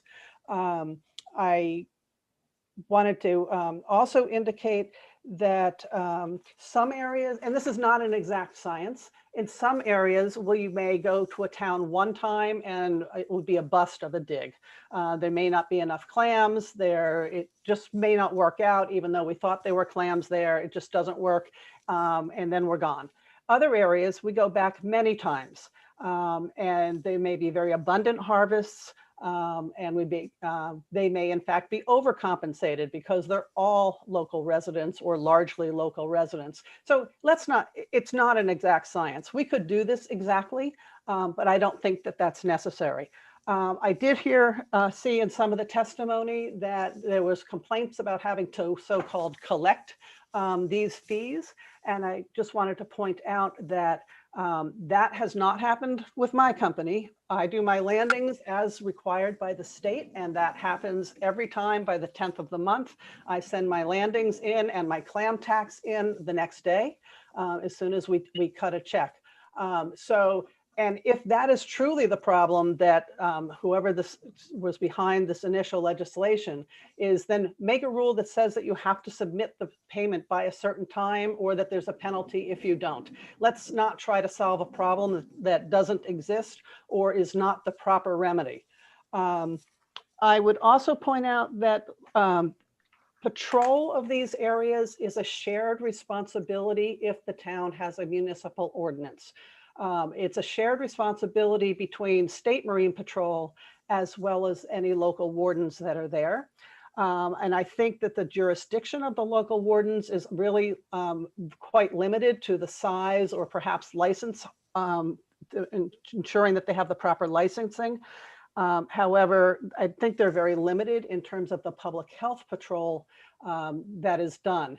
The landings that we report, they don't need to verify our landings, because the landings we report to the state as required by law. And I can tell you that the landings will match what the plant sends in terms of a record, and we send them a record at the end of every month for whatever was harvested in the past month. And the harvesters, again, and I'll just wrap it up, and I would be happy to take questions, but we have expensive processing. Our costs have not gone down. Our profits have not gone up. And the people that you are taxing are the very harvesters, typically, who live in that community. So let's not overburden them as well. I think we're very comfortable at that 50 cents a bushel right now, and 50 cents a bushel based on everyone who harvests in that particular town. Be happy to take any questions that you have. Thank you, Ms. Howell. Senator Mearmont, should I turn it back to you? Thank you, Representative McCray. Appreciate it. I see the other two people I know of who are going to testify are in the queue, so we don't have to bring those in yet. We have questions from Representative Hepler and Representative Bloom. Go ahead, Representative Hepler. You're unmuted. Okay, thank you, Mr. Chair. So, Ms. Howell, thanks for testifying. Probably not. How does this work? Do you wait for people to call you and say, I'm working in these areas, can you come out and pick up our clams? Or do you have like regular routes that you pick up clams? Thank you, Representative Hepler. That's a good question. What happens is this, as you know, probably from prior testimony in this committee, the state classifies growing areas according to their sanitary quality, and therefore the areas that are available to depuration are well known ahead of time, and that's public information. Before a harvest takes place, we will notify numerous folks at the state as well as at the local level. Usually their warden, the town clerk. Basically, I ask the town who they want to have notified, and they sometimes will just say notify me, the town clerk, or they may say notify several people within the town. And then I send them a notice ahead of time so that they know when that harvest is going to take place. And it tells them what time to be on the landing and what day, that sort of thing. Okay, thank you. And Representative Bloom. Thank you. Thank you, Ms. Howell, for being here. You are a long-term depuration facility that's done incredible work. Obviously, it's not a business that people are jumping to get into, being that there's only one in the state. What you need to do to ensure the safety of those clams is very important. And so I can appreciate all of this, but you know, this bushel of clams, 50 cents per bushel, it has not increased in 24 years. Would there be, I mean, it seems like a large increase, however, would there be an increase that would be more palatable to you? Well, I guess I figured, Representative Bloom, that someone would ask that question today. I won't say that we shouldn't have some sort of an increase, and I wouldn't argue that. Let's keep it very modest, understanding that somebody's going to pay that fee, and that isn't necessary. That fee will go back to the ultimate price that the company pays to the harvesters. Thank you. Okay, thank you. I don't see any other, oh wait, Representative McCray has a question for you. Thank you. Just a question, Ms. Howell. Are you using the term fee and tax synonymously? Or are they different? I am using them synonymously. To us, it represents a tax on what we harvest. Great, thank you.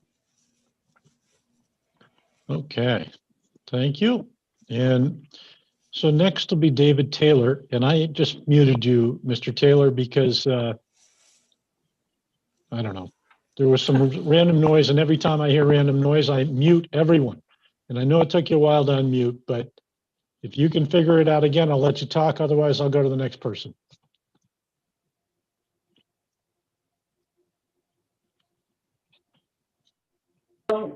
Can you hear me? There you go. Nice job. All right, welcome. I finally saw the unmuted button. I'm not very good on technology. Yeah, you're getting there. Yes, as chairman for the Georges River Shellfish Committee, we're all in favor of this bill. As we collected a little over $800 from debt, and it cost us $2,000 to monitor them, because in the past we've had problems. I won't say it was not with Spinney Creek, but it was in the past anyway. And so as that, we lost money last year paying our one $2,000 just to collect a little over 800. And then that takes money away from buying seed or DNA testing or anything, because I've been working in these coves and I have reached out and to get money from other sources on grants and stuff. And I'm currently working in this area we call the Bay that Depp dig. And we have only 3 to 4 guys that really dig with Depp. Depp always outnumbers my diggers that dig in the bay. So we're really supporting Deparation. It brings a lot of diggers in. 10 to 12 of their guys always add to what few I have digging. And at the cost of buying seed or DNA testing at $200 every time I have a test. And then last year I spent $4,000, a little over $4,000 in DNA testing. And the year before that, I spent a little over another $4,000. So as you see, to work for water quality, we really need debt fees to really come up to modern times, or a reasonable fee to offset the loss of at least our wardens. Because these clams that they're taking out of this bay is at the head of our river, and they would be more valuable to us at 1 cent a pound. They'd be more valuable to the committee to seed out our river, or if any seed washes out of our river, it would go to another river and seed out another river. These clams would be more valuable at 1 cent a pound. They'd be more valuable as a nursery for us while we're trying to clean this area up. I guess I really don't have any other thing to say. Well, thank you, Mr. Taylor. Does anybody have any questions? Yes, Representative Crafts. Thank you, Chair. Mr. Taylor, thank you. I have a question, and it's okay if you don't have the specifics, but I'm just wondering if there's any tracking of clams that are harvested by local diggers versus clammers who are brought in with Deparation collection. Yes, they was supposed to, our harvest is supposed to be reported, if I'm not mistaken, to the state every year. At the end of the year, what by the local buyer, he reports, and plus our warden is supposed to, when he checks everybody, is supposed to at least once a week take a poundage and do an estimate. So we kind of keep track of our local harvest and what is harvest the state has landed by counties. So every county has a landing that is submitted and the state has. Okay. Okay, good. Thank you. And that's all the questions I see for you. So thank you for being here and working out those issues. And if we have any more questions, we know where to find you. All right, next we have Danny Staples, who I guess it was something about not being listed properly initially, or not being listed at all, but is in favor of. And Danny, go ahead.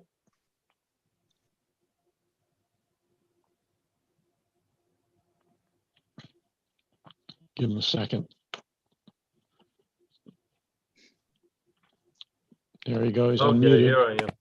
We're going to see you. I was See you, hear you, everything. Welcome. I was unmuting in the wrong place. I didn't want to do the same thing David did. Thank you, Senator Marymount and Representative McCray and the rest of the Joint Standing Committee on Marine Resources. I thank you for giving me this opportunity to testify. I won't be as gracious as some other people. I'm a lobster fisherman. I've been a selectman now for 12 years and been on this clam committee for 12 years. I've chaired it for the last 7. And it's the joint board of Georges River Shellfish Committee. Because I'm not a real good professional speaker, I will read my testimony, and I took down some notes listening to some of the testimony we've already had, and I will comment on those as well. My letter, and I hope a lot of you have this, 23 years ago, Georges River Shellfish Management Board was formed with 5 towns involved. There's Warren, Thompson, Cushion, South Thomas, and St. George. Each town has one selectman appointed to form the governing board called the Joint Board of Selectmen. There is also an advisory board made up of diggers and community leaders from each town that brings ideas and changes to the joint board for approval. The original ordinance was drafted with 5 towns involved and with the guidance and final approval coming from DMR. Many of the ordinances or license allocations many of the changes to the ordinance and license allocation must first be approved by DMR and then go to the 5 towns at the annual meetings for approval before they can be implemented. Now, I have a list of things here of how things have changed over the years as far as contributions and stuff. The one thing I did not put in there, and I apologize, I didn't realize I hadn't, was town contributions. Town contributions were somewhere around $2,000 in '97, and it's $3,000 now. Of course, the license has gone up for everybody, but you can see the disparities in the licenses.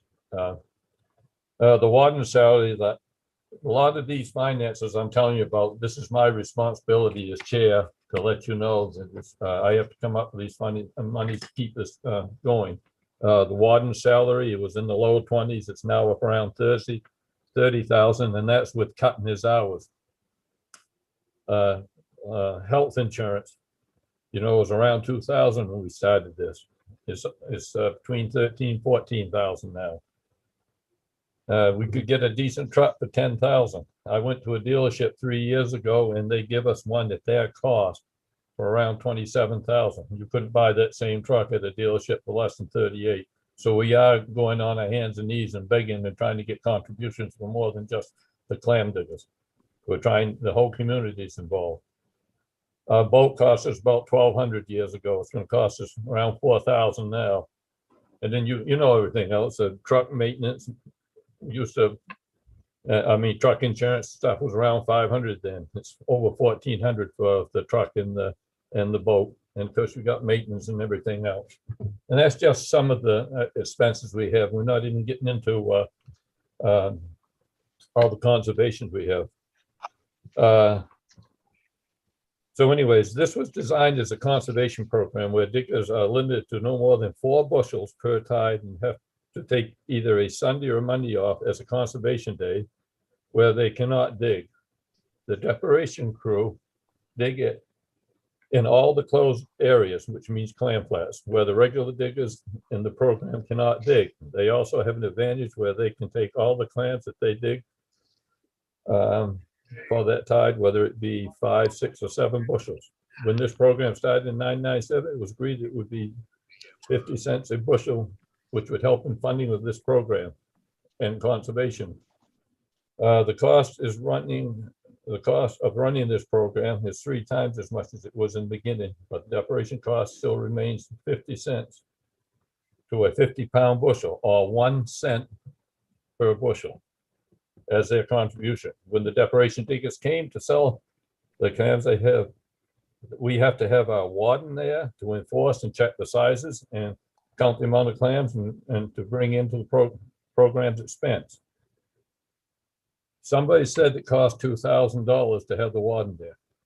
That was just his hours. That doesn't count what it cost us for our truck, boat, what it cost.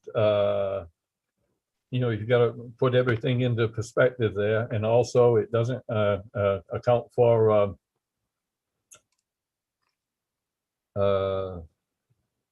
it's not just labor, it's a lot more involved. So it's a lot more than $2,000. I would estimate it costs us more like between $3,000 and $4,000 because the decoration diggers last year dug in our river 40 times. And this also takes our warden away from his duties, is patrolling the rest of the river to make sure that everybody's doing what they're supposed to. There are several programs at state that could use this extra money, and they're all asking for a decoration program to come up to a fair and equitable contribution to these programs. I understand that they have expenses, but they got to understand that we have expenses as well to run this program. And I was taking down a few notes listening to things. Danny, I'm going to hold on there. you kind of used up your time and Wow. I'll give you, yeah, you got 5 minutes out of that one. Pretty good. So if you got anybody asks a question of what he might have realized from those other testimonies, we could give him a little time to answer the question. And Representative McCray. Thank you, Mr. Chair. Thank you, Mr. Staples. I did find your testimony where you've detailed all this. And a question I had was looking at what you presented and listening to Representative Matlock.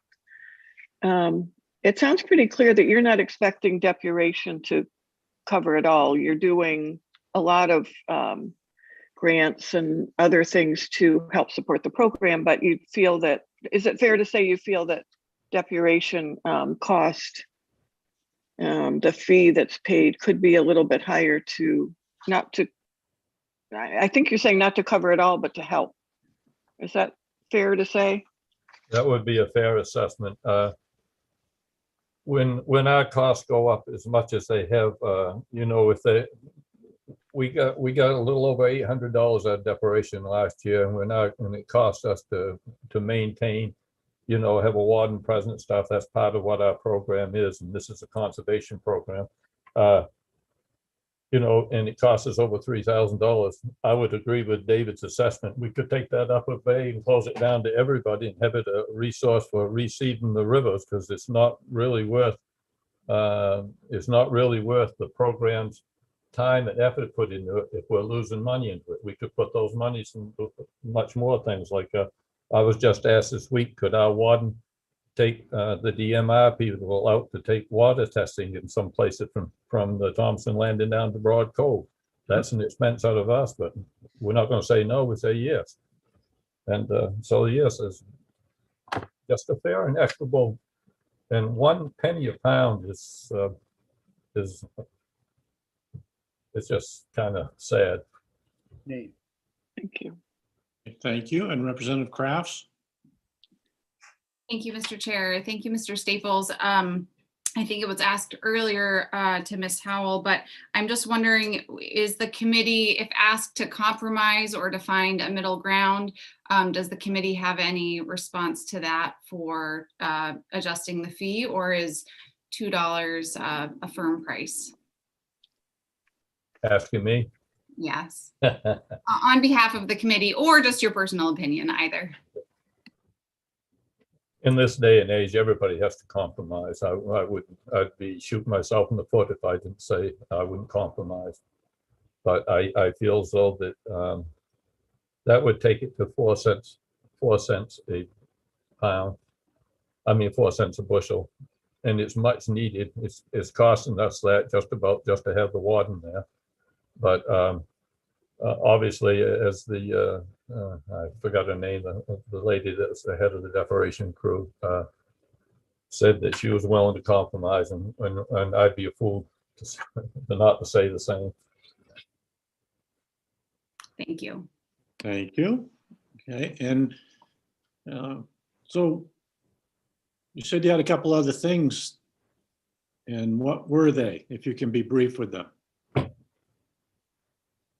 Well, I already hit on the water testing. And in the past, I might have to disagree. The fees that come in were not always on a timely manner. Since we've had our warden there the last 2 years checking when they come in, they have been on a timely manner, and that's part of why we have them there. We have a declining bunch of diggers right now because of just the economics of it. That river, the Georges River, was the #1 river in the whole state years ago. And I don't even believe we hit the top 25 anymore. And we're working, we have 3 working grants right now to do water flow, acidity levels, reseeding. We also do shoreline cleanups. This is a conservation program, and it costs money to do that. I've been doing this for 12 years and chairing it for 7. And trust me, I put a lot of hours into this, go to a lot of meetings all over the place. And I'm not I haven't got a dog in this fight. I'm just representing my constituents, and it takes a lot of time. And I would really appreciate as much support with this that we could get. Thank you. Thank you, Mr. Staples. Do know that you put your time in for your community. Absolutely. Representative Hepler has a question. Thank you, Mr. Chair, and thank you, Mr. Staples, for being here. Our warden, I noticed you mentioned the shellfish, your local shellfish warden. Is that a requirement for him or her to be there, or is that something you've just chosen to do? We felt it was, I have to choose my words carefully here. We felt it was, you ain't supposed to ask these tough questions. We felt it was the best thing for us to do. I'll leave it at that. Okay. We felt we needed in there, yes. Thank you. And Representative McCray. Thank you, Mr. Chair. I think this is a request for the work session. I wonder, Mr. Staples and at least one other mentioned the value of allowing the clams to incubate in an area where they are now. And I wonder if we could ask if that's something we could get some information. I think that, I'm assuming that would be a discussion with the department, but I'd just like to know how would they go about getting that approved if that's what they wanted to do? If that makes any sense. It probably does to someone, and whoever that someone is, please provide that at the work session. And that's all the questions we have for you, Mr. Staples. Thank you very much for getting on with us. Thank you very much, Senator Merrimont. We've known each other quite a few years, and I appreciate your support and everybody listening. Thanks again. Thank you. Bye-bye. Okay, and we still show Abden Simmons hanging in there. So Linda, is that, to me, that's the order. Abden Simmons next, and That's on, correct. Yes, Abden Simmons is next, and I do not see anybody else in the room or on the list. Okay. We'll just give him a second. Can you hear me? Ah, we can hear you now. Can't see you, but we can hear you. Sweet. And for those of you who don't know, Abden Simmons is a former representative and used to serve on this committee. So welcome back. And I don't see the chocolates you brought us, but it's a They're weird there. year. So go ahead. Good morning, everybody. Senator Merrimont and Representative McCray and the rest of the committee. I guess my testimony would be being a license holder in the St. George River, being a Shellfish Committee chair, a depuration harvester for going on 30 years in April. A lot of stuff has happened between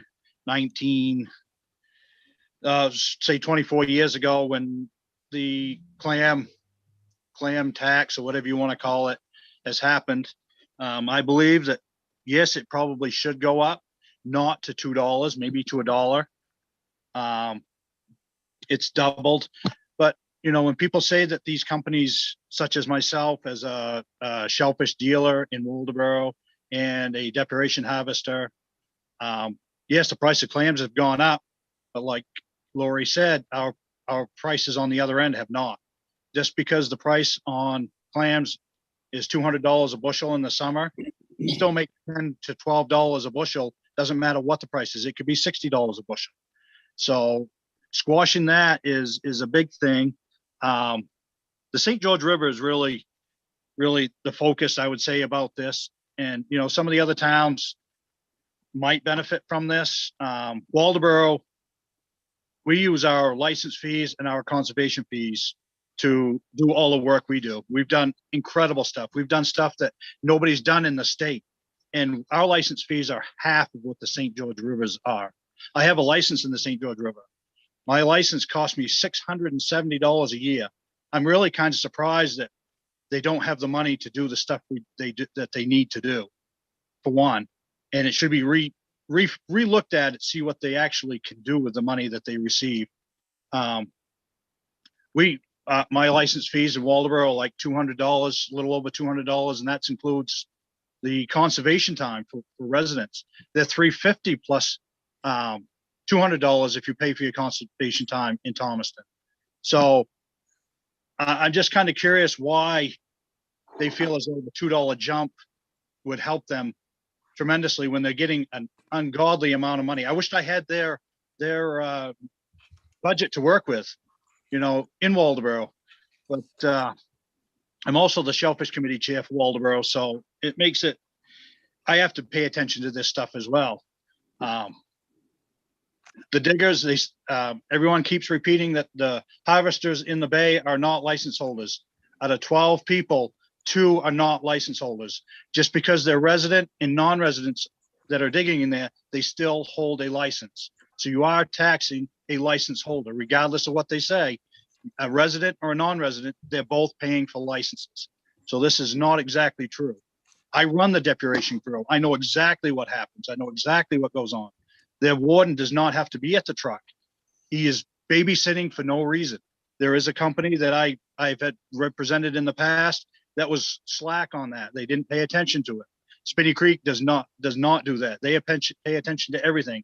They're constantly in contact with me, making sure that things are going to plan. And as far as the bay is closing it down for a reseeding purposes, they have no authority to do that. The department may, which I'm not really sure they do. It's an area that has been very productive. It's been on a down cycle for years, the same as the St. George River. It's on the upswing. There's a lot of product in there. And if you let it sit there and do nothing for countless years, you wind up even have a very bad die off, or the clams get too big that they're not even valued. The market for clams has changed so much in the vast years. Nobody wants a 2.5, 3-inch clam. They all want 2 1/4 to 2.5. So you have to make sure you harvest that product in a timely fashion, and letting it sit there is not the best plan for it. I know I only got 5 minutes, so I'm trying to get everything in I can. I've been a harvester in the St. George River for 20 plus years since the program started. I think I've lost my license for 3 years because of my own stupidity of not getting my application in on time. But other than that, I've had a license since almost since it started. So I've seen the river change. And I guess that's about all I have to say. Well, good job, Representative. Make sure you don't forget to get your license information in the way these fisheries are now. Maybe the end, but I know you won't. We talked about that one before too. Yes. Will anybody have any questions for former Representative Simmons?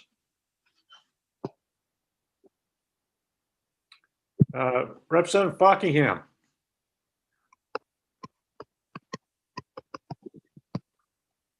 Thank you, Senator. Abden, you alluded to it, but a lot of people have testified today that the proposed amount is too high. But it seems like do you think there's consensus with everybody that the amount is currently too low, and does it need to land somewhere in the middle? And if so, what amount do you think it should be? Yeah, I'm not saying that it shouldn't go up. I just don't think it should go to $2. $1 is probably fair.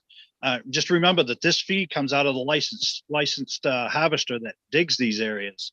So, you got to take that into account as well. The company's still got to make its top bottom dollar. So you got to take that into account as well. And I do agree that it should go up. It shouldn't take a huge jump 4 times. Just like the license fees in the St. George River, they've gone up exponentially from when they started. So, and we've done the same thing in Waldeboro. We have to put our license fees up to cover our costs, but we don't have depuration in Waldeboro because we have no closed areas that warrant it. So, we're not riding on the backs of depuration in Waldeboro. Thank you. And Thank you. Oh, sorry. Thank you. Representative Thorne. Yes, thank you, Mr. Chair.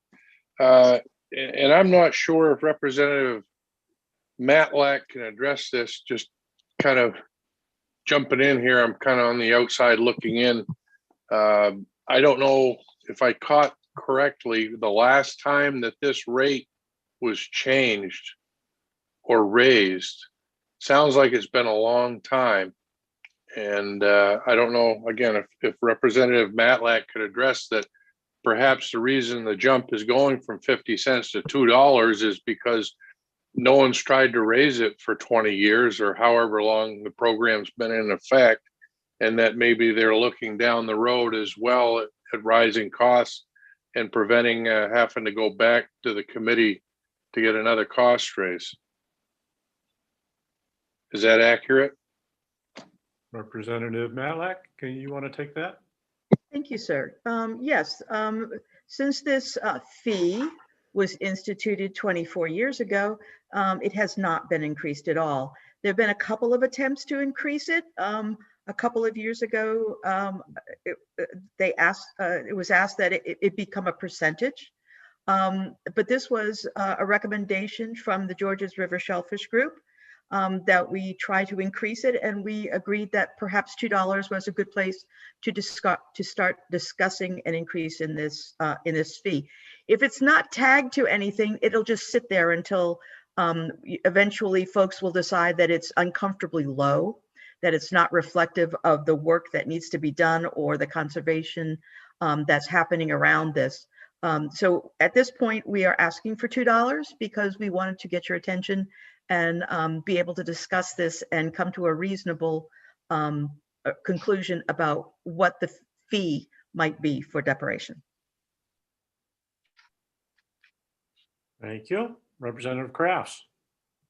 Thank you, Senator. Thank you, Mr. Simmons. I'm wondering your impression of setting up I hear that $1 would be reasonable, but I'm wondering if we're just going to be back in the same position down the road, and what your opinion would be of a graded increase over time.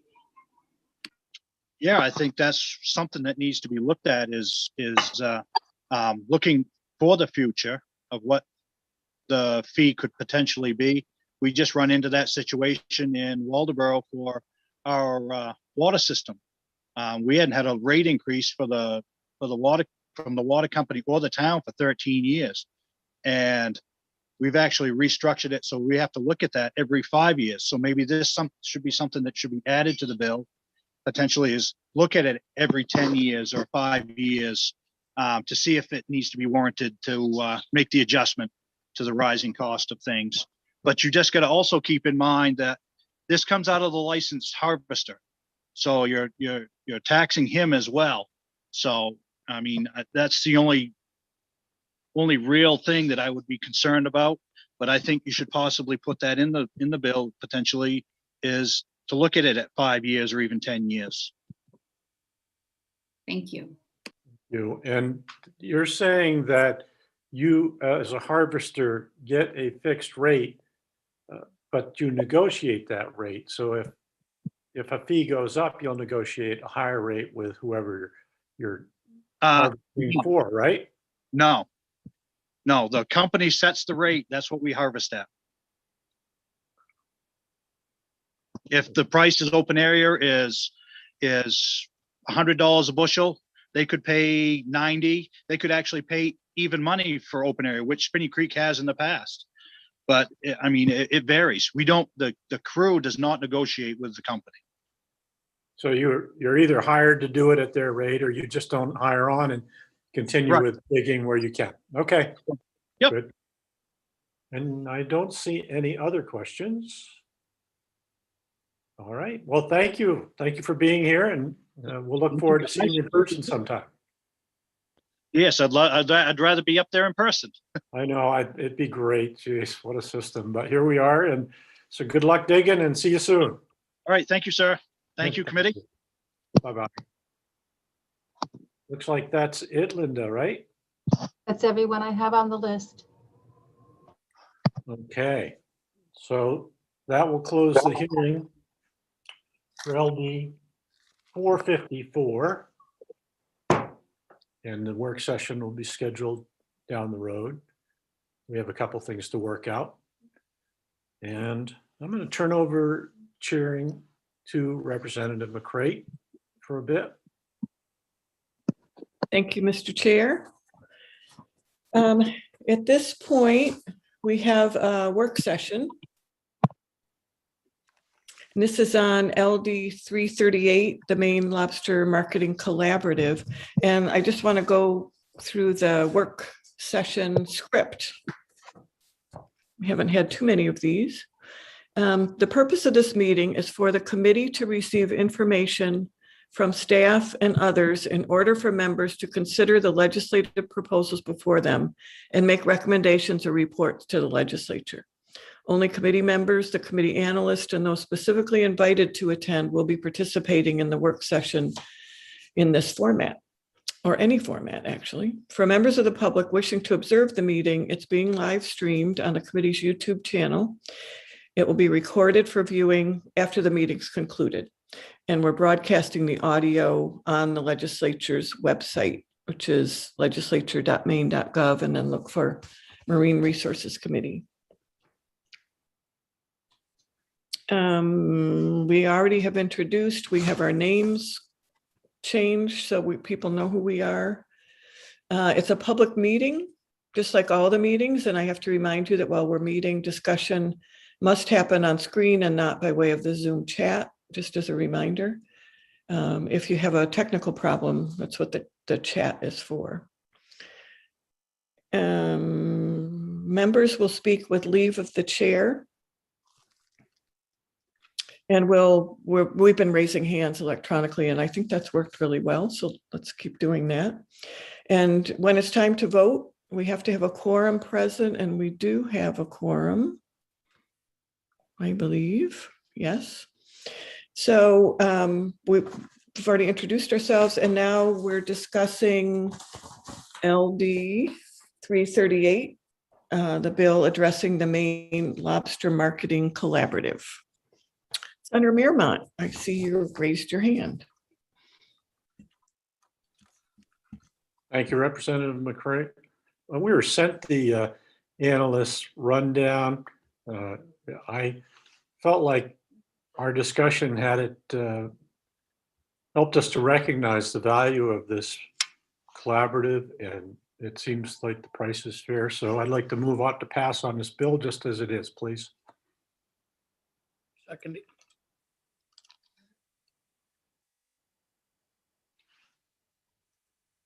You're muted, Representative McCrate. And it was great too. We have a motion ought to pass from Senator Mearmont and a second from Representative Alley, I believe. Yes. Okay. I'm sorry. I'm sorry. A motion on what bill? I just got back. What is the motion on what bill? Oh, Representative Bloom, it's the Lobster Marketing Collaborative, LD 338. Thank you very much. Sure. So any discussion? We have the motion and the second. Any discussion, Representative Buckingham? My comments would be that I think I kind of alluded to this last time, but continuing this indefinitely, I think takes a lot of accountability out of the marketing, and even though most of the testimony is in favor of it, I don't think it's totally in favor of it indefinitely. As a matter of fact, you know, a lot of fishermen are opposed to it. I don't think they're in the majority, but I think that a lot of us like to keep an eye on it continually and sort of question it, and like I said, keep it accountable. And I think when you make this go on indefinitely, I think it really takes a lot of that accountability out. And, you know, there's just a lot of question marks out there, whether whether it truly is working or whether the dealers, are doing marketing already, or if a group like 207 is marketing their own, then why are they paying somebody else to market when they're marketing a product themselves, as well as individual people marketing.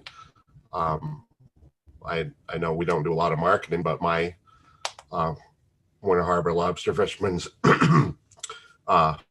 co-op, we have about 30 members. We ship product all over the lower 48, live lobsters, picked lobster meat, all kinds of products that we do, and we have the opportunity to market there ourselves. I think in general, the idea of marketing is pretty well supported.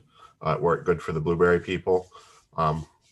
But I think that continuing this indefinitely is probably a little bit too much right now. Maybe after it's proven itself for a lot of years might be a good idea or a good investment. But this is only I think first time that this has come back for us for the first reauthorization. So I'd like to. You're blanking out there a little bit. Did I cut out? You did. Probably now you're don't. back. Sorry. I would like to continue this, but I would like to do it for, I think 3 years would be a good time to take another look at this. So that's that's where I'm at on it. Okay, thank you. I see several hands. Representative Hutchins. Thank you, Madam Chair. I also think that a sunset on it would be a good idea. Any government program that is funded indefinitely could get lazy pretty easily. Is as much reason as anything, but with the problems that the fishing industry is now having with whale rules and that type of thing hanging over their head, I think it does pay to look at these expenses over and over again, and especially at this particular time. It's hard to say where we're going to be in a few years as to landings because of these whale rules and landings. So I think a sunset on this, and if I'd certainly second Buckingham's Representative Buckingham's motion, if it is a motion, to do 3-year sunset on it. Thank you. Thank you. Representative McDonald. Thank you. So I'll echo the sentiments of Representative Hutchins and Representative Buckingham. While I support marketing, I do support having a reauthorization, although I would prefer 5 years. Mm-hmm. Thank you. You all set, Senator or Representative Hutchins? Your hand is still up. And oh, yes. And I would go with either the 3 or the 5 year. I think either one would probably be fine. Okay, thanks. And Representative Crafts. Thank you. I guess I'm just seeking some clarification. When David Cousins spoke at the hearing, he was in favor of the indefinite clause and said that it could be addressed in the future if there were a problem. Can someone clarify, would that just be new proposed legislation to limit that marketing, or how would the legislature address that otherwise? Are hands up in response to that question? Mine is. Representative McDonald? So David Cousins was referring to the ability of the legislature to bring another bill forward to make changes in the future. Which is true no matter what we do. Great. Chair, may I continue? I have a follow-up. Sure. I also just want to review to make sure I understand. So the marketing collaborative started in 2013. So I'm trying to think about years. So it started in 2013. And then in 2017 was reauthorized? No, Lynn, I see you shaking your head. Can you clarify? Just trying to understand the history so that I can come up with what's a reasonable number of years. My recollection of the testimony was that it began in 1990, but that it was the word was reinvented in 2013, largely in response to the price crash. But I will defer if others have a different memory of it. Representative McDonald. Thank you. So the Maine Lobster Marketing Collaborative was established in 2013 as a result of the impacts of the resource on the price in 2012. It did come back for reauthorization in 2017, and that's when the 3-year reauthorization was established. And that leads us to this October. Representative Crafts, any follow-up? No, thank you for that. Thank you. Representative Buckingham. Thank you. I just wanted to also point out the fact and maybe reemphasize that I'm speaking as a fisherman right now, not as a legislator. We as the fishermen pay that fee, and I pay around $600 a year for that. If this passes indefinitely, we as fishermen lose the recourse to question this marketing. When David Cousins said that this could be touched on anytime or addressed in the future, that's not really true, because if this comes up again, if we set a date for this to come up again, then we're going to be opening it up to the fishermen to comment, to have their voices heard, and weigh in on this again. If we don't do that, then it would take a piece of legislation. It would take a piece of legislation to do that. That's, we all know how much more difficult that is, how much more participation that would have, how much more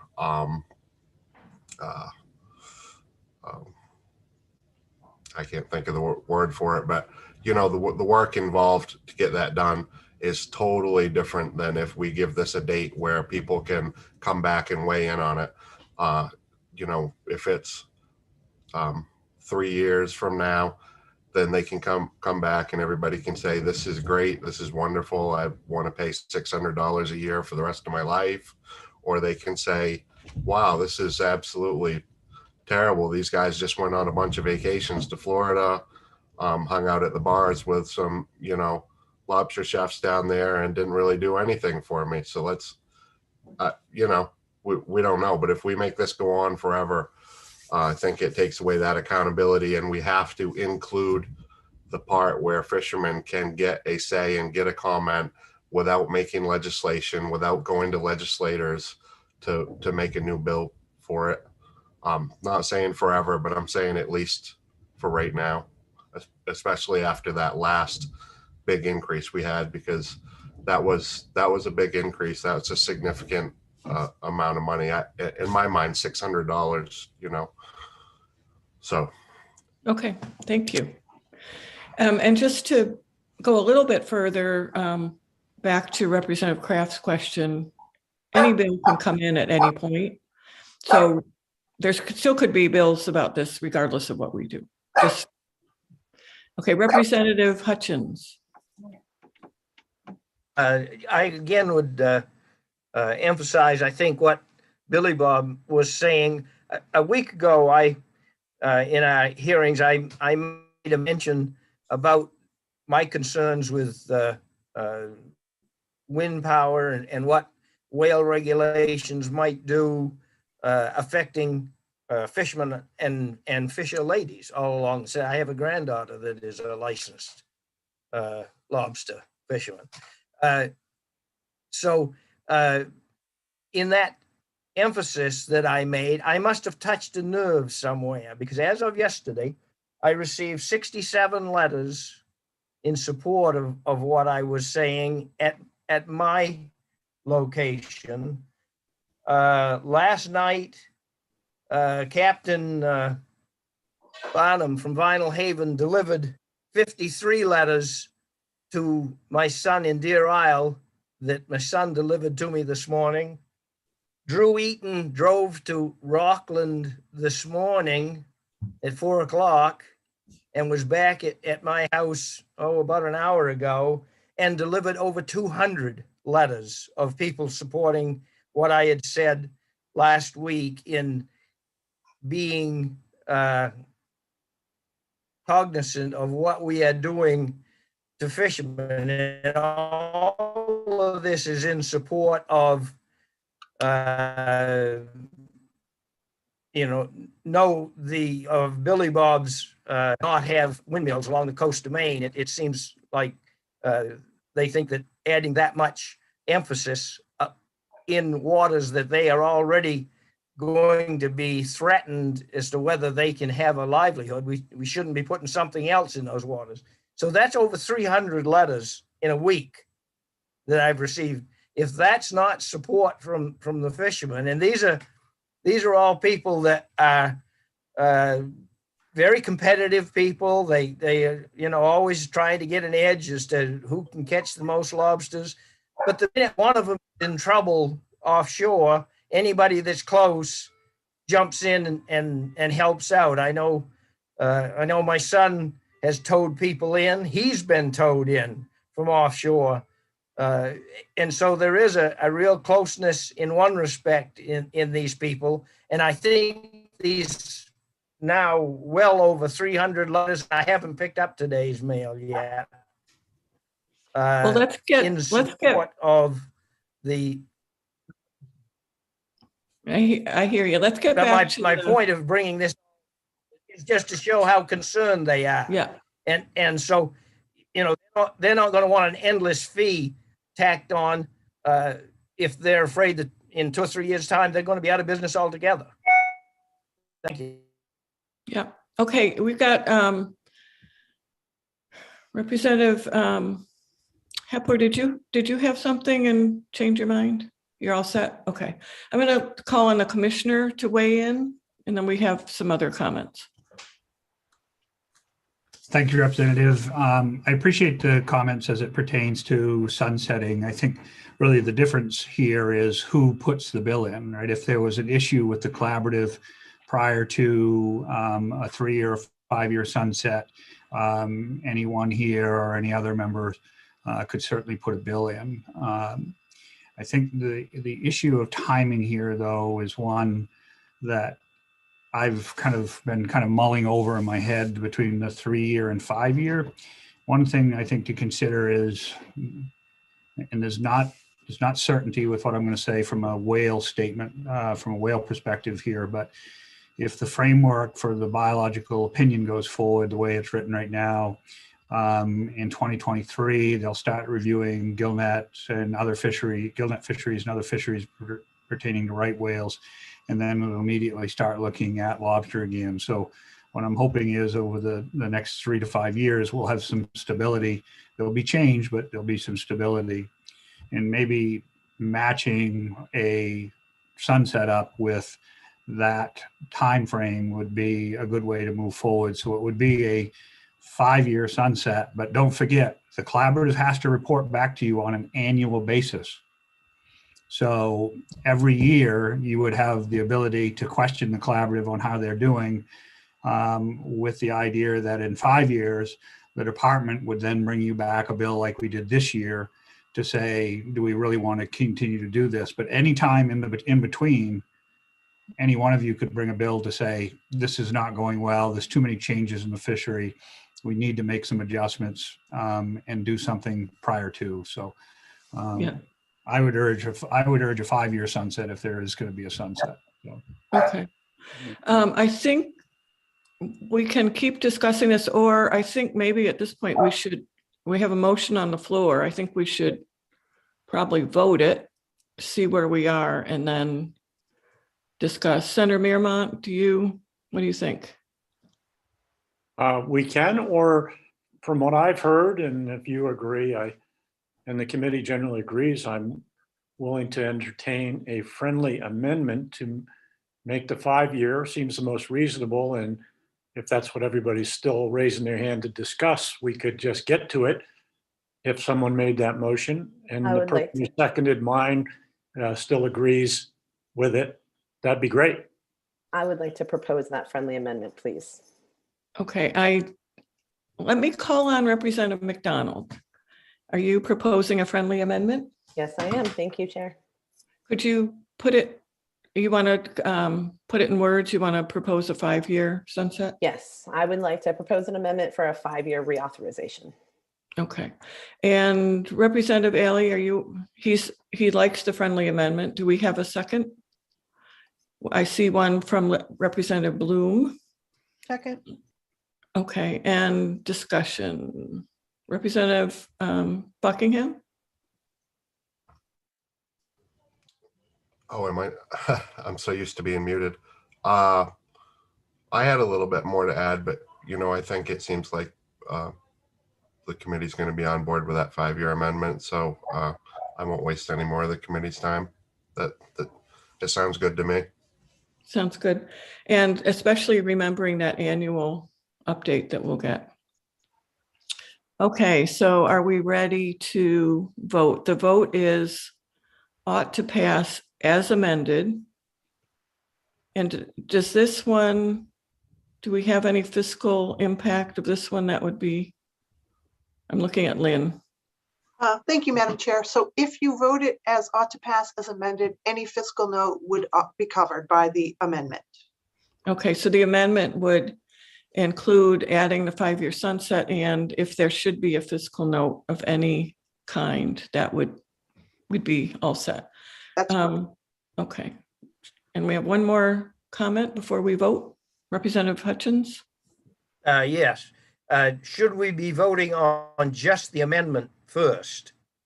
Because the motion was made, the original motion was made for 3 years, and it's now got an amendment. So should we vote on just the amendment and then vote on the motion as amended? Well, I think we already had, correct me if I'm wrong, Senator, but I think we had the acceptance of the friendly amendment.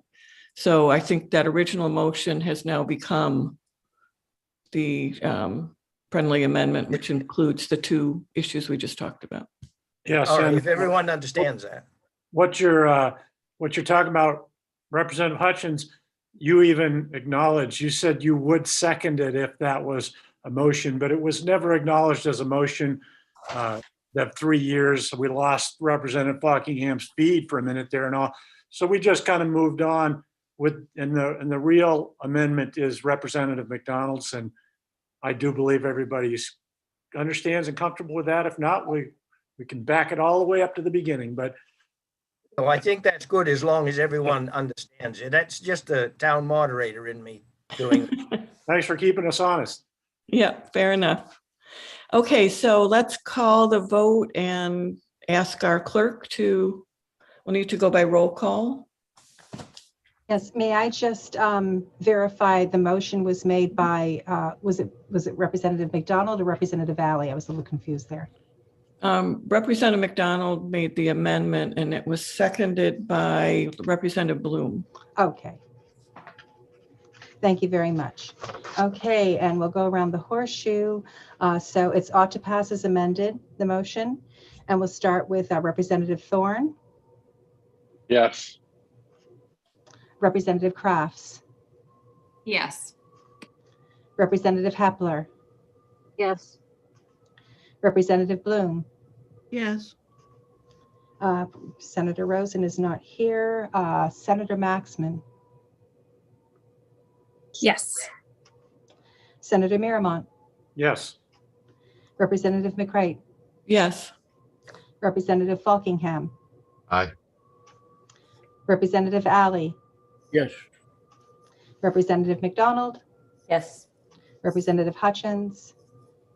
Yes. And Representative Stanley is not here, so that makes it 11 in favor, 2 absent. And those absent have by noon of the second day to vote and vote through the presiding officer. Correct. If anybody, I'm sorry, Representative McCreight.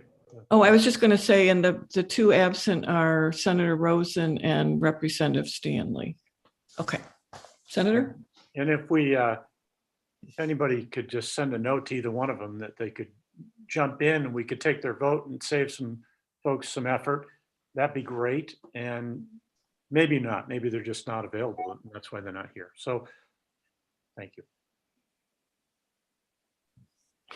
Okay, excellent. So we're moving on. We have, actually, we have a reconsideration. Am I turning it back to you, Senator? Okay. For 77? And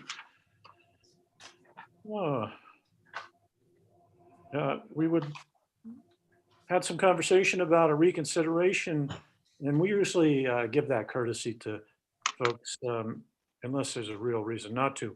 But for LD 77, and would you like to speak on that? Yes, I would, please. Okay. Thank you, Chair. So I am asking my distinguished members of the committee to please vote for a reopening for a reconsideration of LD 77. It was brought to my attention that we did not carve out a military or medical or extenuating circumstances exemption. And Oh, when I think we're, excuse me, we're talking about different bills. Oh, sorry, I got the bill You're- number wrong. That's embarrassing. No, that's okay. It's Zoom world. We're going to get to, that's 106. We're going to get to that. 77, we just need to reconsider because we didn't mention there might be a fiscal note. And in this case, there is a fiscal note. It's a revenue source. It's this is the scallop bill. Too many papers. I don't have the name of the bill. Even worse, that's my bill and I didn't recognize it. I was going to let you go with it, but it's better to stay in order here. And the we are in a situation. Well, who's going to explain that? Are you going to explain about it all? How about we turn to our analyst? All right. I would be happy to help out, Madam Chair.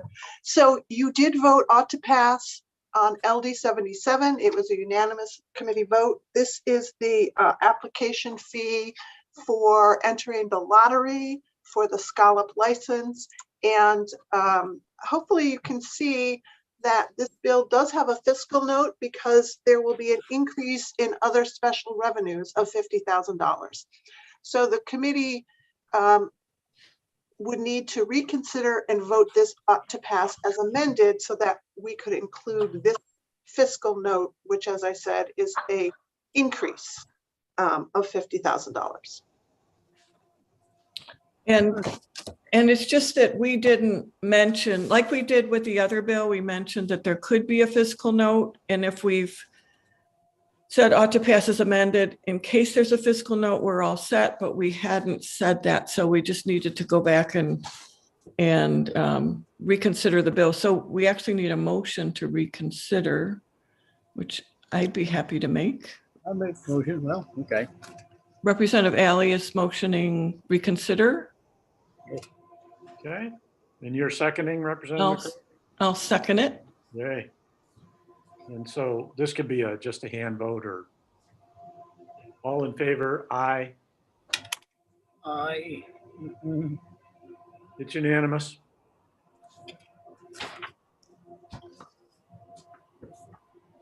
Okay, so that Well, then we won't. new motion. Yeah, we have a request to reconsider another bill. So I'd make a motion to reconsider LD 106, having to do with aquaculture licenses. that motion. leases. And Representative McDonald. Can I just take 1 second? Just eventually we'll smoothly go along here, but this is a gotcha. We no more have to go through the reconsideration and vote and all that. Once we've kind of told you that this happens, we can just add we're kind of giving blanket approval. If a fiscal note comes in, it goes on as an amendment. We just do that as the chairs and with our analyst. And then we keep it pushing through the system. You will probably send you a note or whatever, but we don't have to open it up, be formal every time. So there's two things you'll see. When you go to look at a bill in legislature.maine.gov, you'll see a bill. And then maybe you'll see an amendment and you'll go, oh, what? I don't remember an amendment on my bill, and you'll look and it'll be the fiscal note. The other is you'll look and you'll see an amendment and you'll think, oh, that's the fiscal note. Well, it may be something that was amended and like the committee, and you got to take a look. So just watch it when you see an amendment. Mostly it'll just be a fiscal note that was tacked on. So sorry, Representative McDonald, a lot of false starts there, but I think it's yours. Okay. LD 106. LD 106. So yes, I'm requesting a reconsideration, please, to reopen this bill. It was brought to my attention that as it applies to LPA leaseholders being present on their site, that we did not include an exemption for medical or military leave. The department cannot create that exemption through rulemaking as the bill is written. There was also some conversation about should there be an option for extenuating circumstances. It's very difficult to predict the reasons or what may happen. We're very familiar with, unexpected occurrences happening.